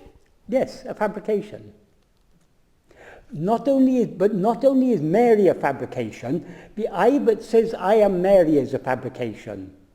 What is real is only the essential awareness of that I that says I am Mary.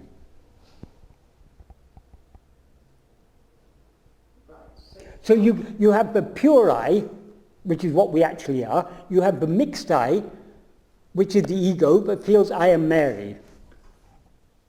You have to separate the I from Mary.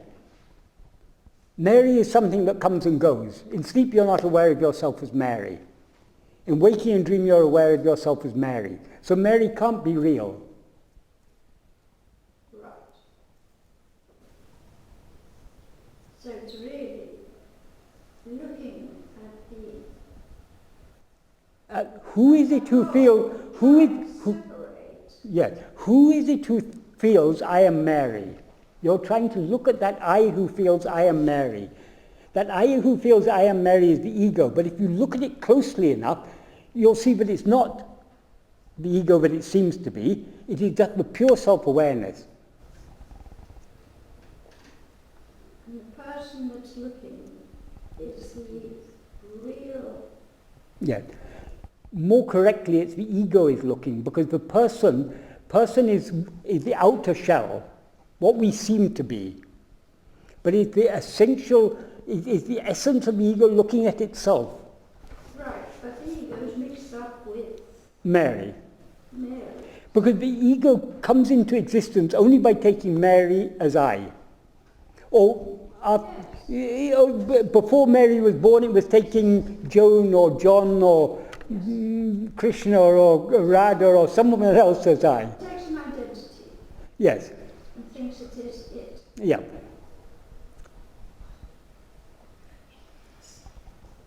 Right, okay. So that's why Bhagavan says you take the essential chit aspect. The essential chit aspect is just the I. We just focus on what am I? Who is it who now feels I am Mary?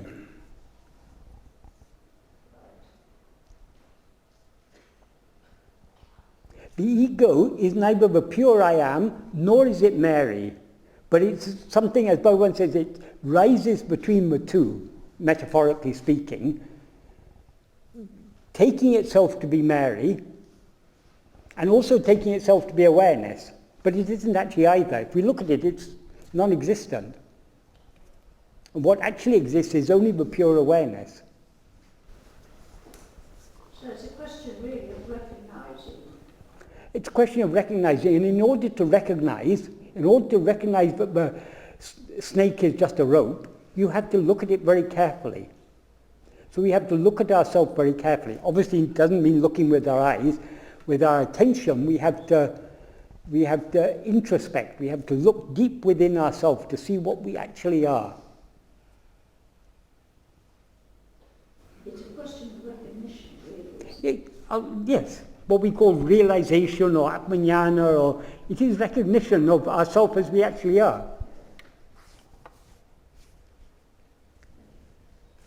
Now we are cognizing ourselves as a person. We will recognize ourselves as what we actually are. And when we recognize that, we will know that we never cognized ourselves as anything other than that.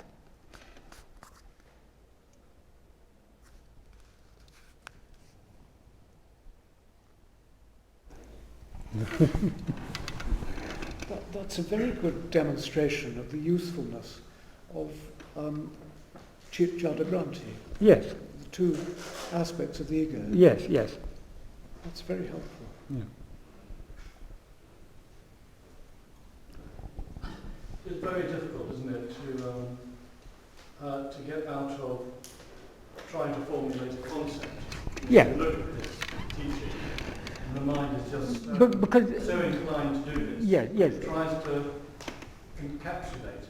Yeah, We try to capture it in words and ideas. But actually, it is what we...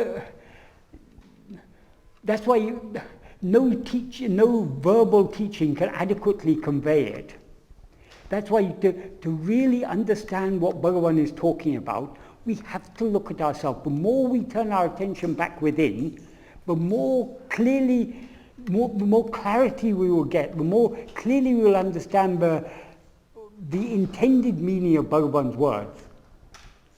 Because the meaning that Bhagavan intends is beyond the words that he uses, because no words can capture this. Words are a tool of the intellect. The intellect is a tool for making sense of multiplicity. But now we're dealing with that which is the base of the appearance of all multiplicity. So we can't adequately capture it in thoughts or words. We can only capture it in silence, which is what we actually are. So, you might start with a concept, but you have to put it into practice. Well, it has to start with concept, because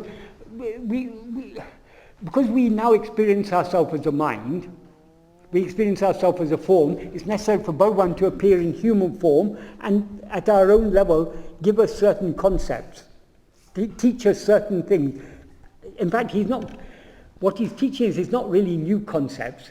He is undermining all the concepts we have. He's asking us to question all our concepts. We believe we have this body, and we believe this world is real. Bhagavan asks us to question all these things. The world seems to be real, yes, because we seem to be this body. Are we this body? Bhagavan asks us to question that. So Bhagavan is actually, though it may seem we are given some new concepts, actually the concepts Bhagavan is giving us are very, very simple. And the only purpose of those concepts is to undermine all our other concepts and bring us back to a very, very simple view of things. If you think of it, what Bhagavan says in verse 26, if the ego comes into existence, everything comes into existence. If the ego doesn't exist, everything doesn't exist. That is our experience, isn't it? In waking and dream, all this multiplicity exists. Why? Because I feel I am this body. And that which feels I am this body is the ego. So what Bhagavan is saying is actually already our experience, but we misinterpret our experience. We think, yes, I really am this body, this world really does exist. When I'm asleep, my body is lying on a bed, this world continues. And when I wake up in the morning, the story continues. And during the night while I was asleep, so many things happen. I read it about in the news in the morning when I get up. We believe all these things. But why do we believe it? Because we haven't questioned it. In dream, exactly the same thing. In dream, we seem to be awake, we read news in the newspaper, we hear about things, we think about what happened yesterday, we think about when we were a child. It all seems real while we're dreaming. But actually the dream was maybe lasting, by waking standards, 5 minutes. But in that dream we seem to have a past history. But believing that it is just a dream, that it is unreal, that's just another concept, of course. It is. Actually, that's quite boring compared to the reality. Yeah. I mean, ultimately, even the dream is not real. But so long as we're dreaming, we can't say the dream is not real. But we now have an idea this is not a dream. Bhagavan asks us, what evidence do you have in your experience that this is not a dream? If we think about it, there's absolutely no evidence. While we're dreaming, if we were dreaming now, having this conversation, we'd be talking in exactly the same way. We'd be saying this seems to be real because we seem to be waking, but when we're dreaming, we also seem to be waking. So we are deluded into believing things. Why? But why does whatever state we're in always seems to be real? Because what is actually real is ourself. When we take ourself to be a body, that body therefore seems to be real. And since the body is part of the world, the whole world seems to be real. So long as I take this body, myself to be this body, I cannot doubt the reality of this chair, of this floor, of these pictures, of the sunlight outside. It's all as real as this body is. And this body is as real as I am, so long as I take this body to be I. Or it seems as real as I am. So Bhagavan goes right to the root of it. He asks us to question the very basis of all this. He said the basis of all this is that false awareness, I am this body, which is called cit-jaḍa-granthi, dehatma-buddhi, ego, whatever. But that is the problem. So who is it who feels, I am this body? But this dream feels very real, much more vivid than any night dream that we might have, doesn't it? If we were having this conversation in one of your night dreams, you would say exactly the same thing. Because whatever state, Bhagavan says, as real as waking appears to be during the time of waking, so real dream appears to be at the time of dreaming. When we're dreaming, we always think we're awake. Sometimes we wake up from a dream and say, oh, that was obviously a dream because it was so confused. 1 minute I was in one place, another minute I was in another place. I was talking to my friend and suddenly it was my father I was talking to.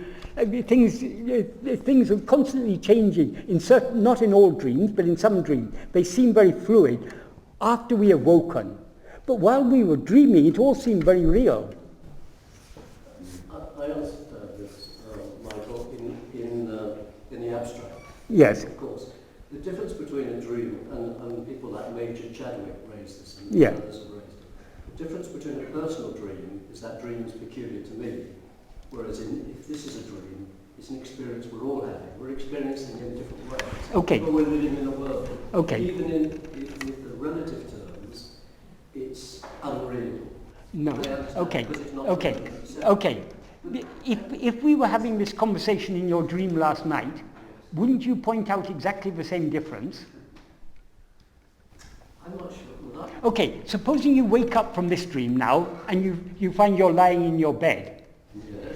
You would then think, oh, but Michael to whom I said that and all the other people in the room I was talking, they were all my own mental projection. It was only my dream. But the difference today is that we can all pinch ourselves and we know that we're not having one of the dreams that we would get in our sleep. How do you know that? When you're dreaming, in your sleep dream, let's say, in your sleep dream, you are aware of many people. While you're talking with those people, you assume they're seeing the world just like you are. Now you're making the same assumption. You're assuming that we're all seeing this world. But if this is your dream, we are all just your own mental projection. We're not seeing anything. But not only is Michael your mental projection, and Mary and Barry and all the other people, and Alistair and so many other people, but not only are all these people your mental projection, the person you take yourself to be, that is also your mental projection. Yes, I can understand, as I said in the abstract, but It's- I only see it relatively. I have a real problem. It is difficult for us to accept it, but if you think about it, if you think deeply about it, there's no evidence that this is not a dream. You assume that I'm seeing the world just like you are. But if you were to suddenly wake up and find yourself lying on your bed, you'll think, oh, that dream seemed so real while it lasted, but the Michael I was talking to was just my own mental projection. Of course he wasn't seeing anything. The vividness of this experience, I have had a night dream which did appear vivid, but very, very rarely. But you're judging it from the perspective of yourself in this dream. So it's all happening. From the perspective of this dream seems so real. But while you were dreaming, that dream seemed equally real. But now it doesn't seem so. Yeah, it doesn't seem so. So you're judging it from the perspective of your judgment now. It's a biased judgment because You're judging it from the seeming reality of this state. Yeah. Can't do it the other way around. You can't talk about your waking state when you're... No. Sometimes have you not sometimes dreamt of talking to someone who have passed away? Many times. Yeah, and when you're talking to that person, at that time you say, oh, I thought this person had passed away. Yeah. But because at that time, Yeah. that is so real to you, you think there's something wrong with that memory. If I remember correctly, or this person has miraculously come back to life or something. But what you're experiencing at that moment is more real than your memory of the waking state. Yeah. Yes, I have that about my parents. Yeah. So this whole life is happening in my head.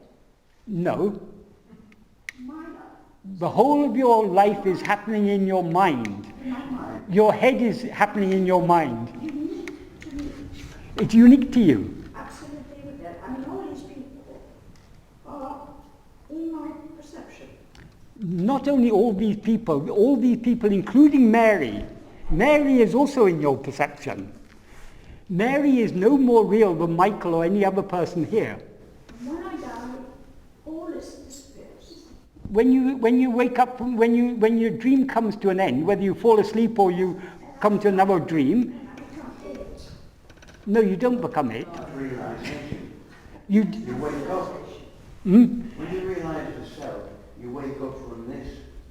Yeah, but if I die before, Yeah. It'll be another- Then you'll start dreaming another dream. right. But it's unique to me.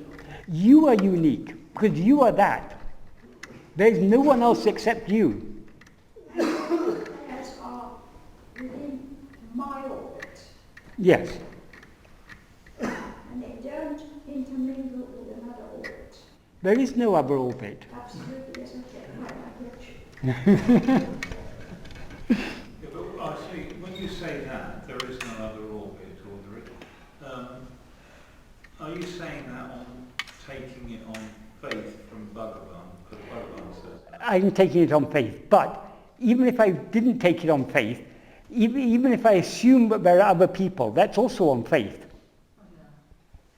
Because I know I'm aware of this world, but how can I be sure that you're aware of anything? In dream, if I'm talking to Barry in dream, Barry seems to me to be another person aware of the world just like me. So how can I know that anyone else is aware of anything? It's an assumption. Bhagavan asks us to question that assumption. But we cannot prove this until we know what we ourselves actually are. Bhagavan's path is a path of questioning. It's a path of investigation. So if you're a scientist and you want to investigate something, first you have to set aside all your assumptions. So long as you have assumptions, you're going to be blind to what you observe. A real scientist has to set aside all assumptions and see things afresh. So if we want to follow this scientific path taught by Bhagavan, this path of investigation, we have to set aside all our assumptions. We have to keep an open mind. We have no reason to believe that this is anything but a dream. So set aside that. When I took your position a couple of weeks ago with Francis. Yes. And he said, well, you can keep it. Yeah. He said, you can keep it. It's up to us. If we want to believe this is all real, we're perfectly at liberty to do so. No one's going to force us to, because there is nobody else to force us. We have to decide. We have to decide for ourselves. Are we going to be deluded by all this? Are we going to make assumptions, or are we going to question things right down to the very the root of it all, the very foundation? Most people, again, we are assuming the people we're talking, but most people are not willing to accept, not willing even to question the reality of the world. They're not ready to question the reality of all other people they seeing the world just like them. They're not ready to question the reality of the person who they take themselves to be. Actually, this person, Michael, is not seeing the world. Who is seeing the world is the I who says, I am Michael, or I am Barry. Is the planet my creation? Everything is your creation. Including the planet? The planet, the whole universe. Everything. That Bhagavan says it very, very simply in verse 26 of Uḷḷadu Nāṛpadu, which I repeat so many times. Ahandai undayin anatum undaham. If the ego comes into existence, everything comes into existence. If the ego doesn't exist, everything doesn't exist. Where is the universe in your sleep? It disappears. It disappears. So why should you assume it exists when you're not perceiving it? I've always doubted. Yeah. Because we're willing to doubt it, we're fit to come to Bhagavan's path. But some people who are not willing to doubt that, they're not yet ready for Bhagavan's path. But what it really comes But those people exist only in our view. So we're yeah. what it really comes down to is that all the people that were very, very, very important in one's life are just imaginary. Including, who is the most important person in your life? Well, I could give you a name. My Aunt Molly. No. She's not the most important person. The most important person in your life is Barry. Well, There is only Barry. You have to admit it. If you're honest with yourself, more than your Aunt Molly, more than your wife, more than your mother, your father, more than your dearest friend, the most important one for you is Barry. And even Barry is unreal, is your own mental projection. Wow. So we're all clones. Hmm? We're all clones. There's no other. But Ramana said that there's a presupposing of a non-identity that wants to get salvation for that non-identity. Exactly. Which is amazing. Yeah. So you start off with the wrong assumption. A wrong assumption, yes. With a presupposing of something. That doesn't exist. I want salvation, I want liberation. Yeah. So long as that I is there, there is no salvation, no liberation. When that I goes, that is salvation. That's why I often say there is no such thing as a self-realized person. There's no such thing as a liberated person. That's just an idea in our mind. When we are liberated, we are not a person. Because the person is the one who feels I am this person, that is the bondage. but of course, Ramana and all his teachings are imaginary. Exactly. That's why Bhagavan said the outward form of a guru and its teachings is like the it's like the lion that appears in an elephant's dream. There's a belief that elephants are so afraid of lions that if they dream of a lion, they'll at once wake up. Unless anyone here is an elephant, we can't verify this, but that is the belief.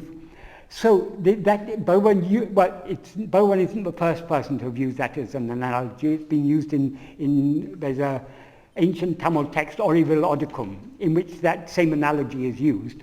The guru is like the lion that appears in the dream of an elephant. The lion is unreal. But what happens? The elephant wakes up. The waking is real. So though the name and form of Bhagavan and all his teachings are unreal, they bring about a real result, which is our own awakening. Sometimes I say to people, if what Bhagavan has said in Uḷḷadu Nāṛpadu is true, Uḷḷadu Nāṛpadu is unreal. If Uḷḷadu Nāṛpadu is real, what Bhagavan has said in Uḷḷadu Nāṛpadu is untrue. You can't have both. Because in Uḷḷadu Nāṛpadu, Bhagavan says, nothing is real except you. So that means Uḷḷadu Nāṛpadu itself is unreal. But we need Uḷḷadu Nāṛpadu to turn our attention back to ourselves to see that we alone are real.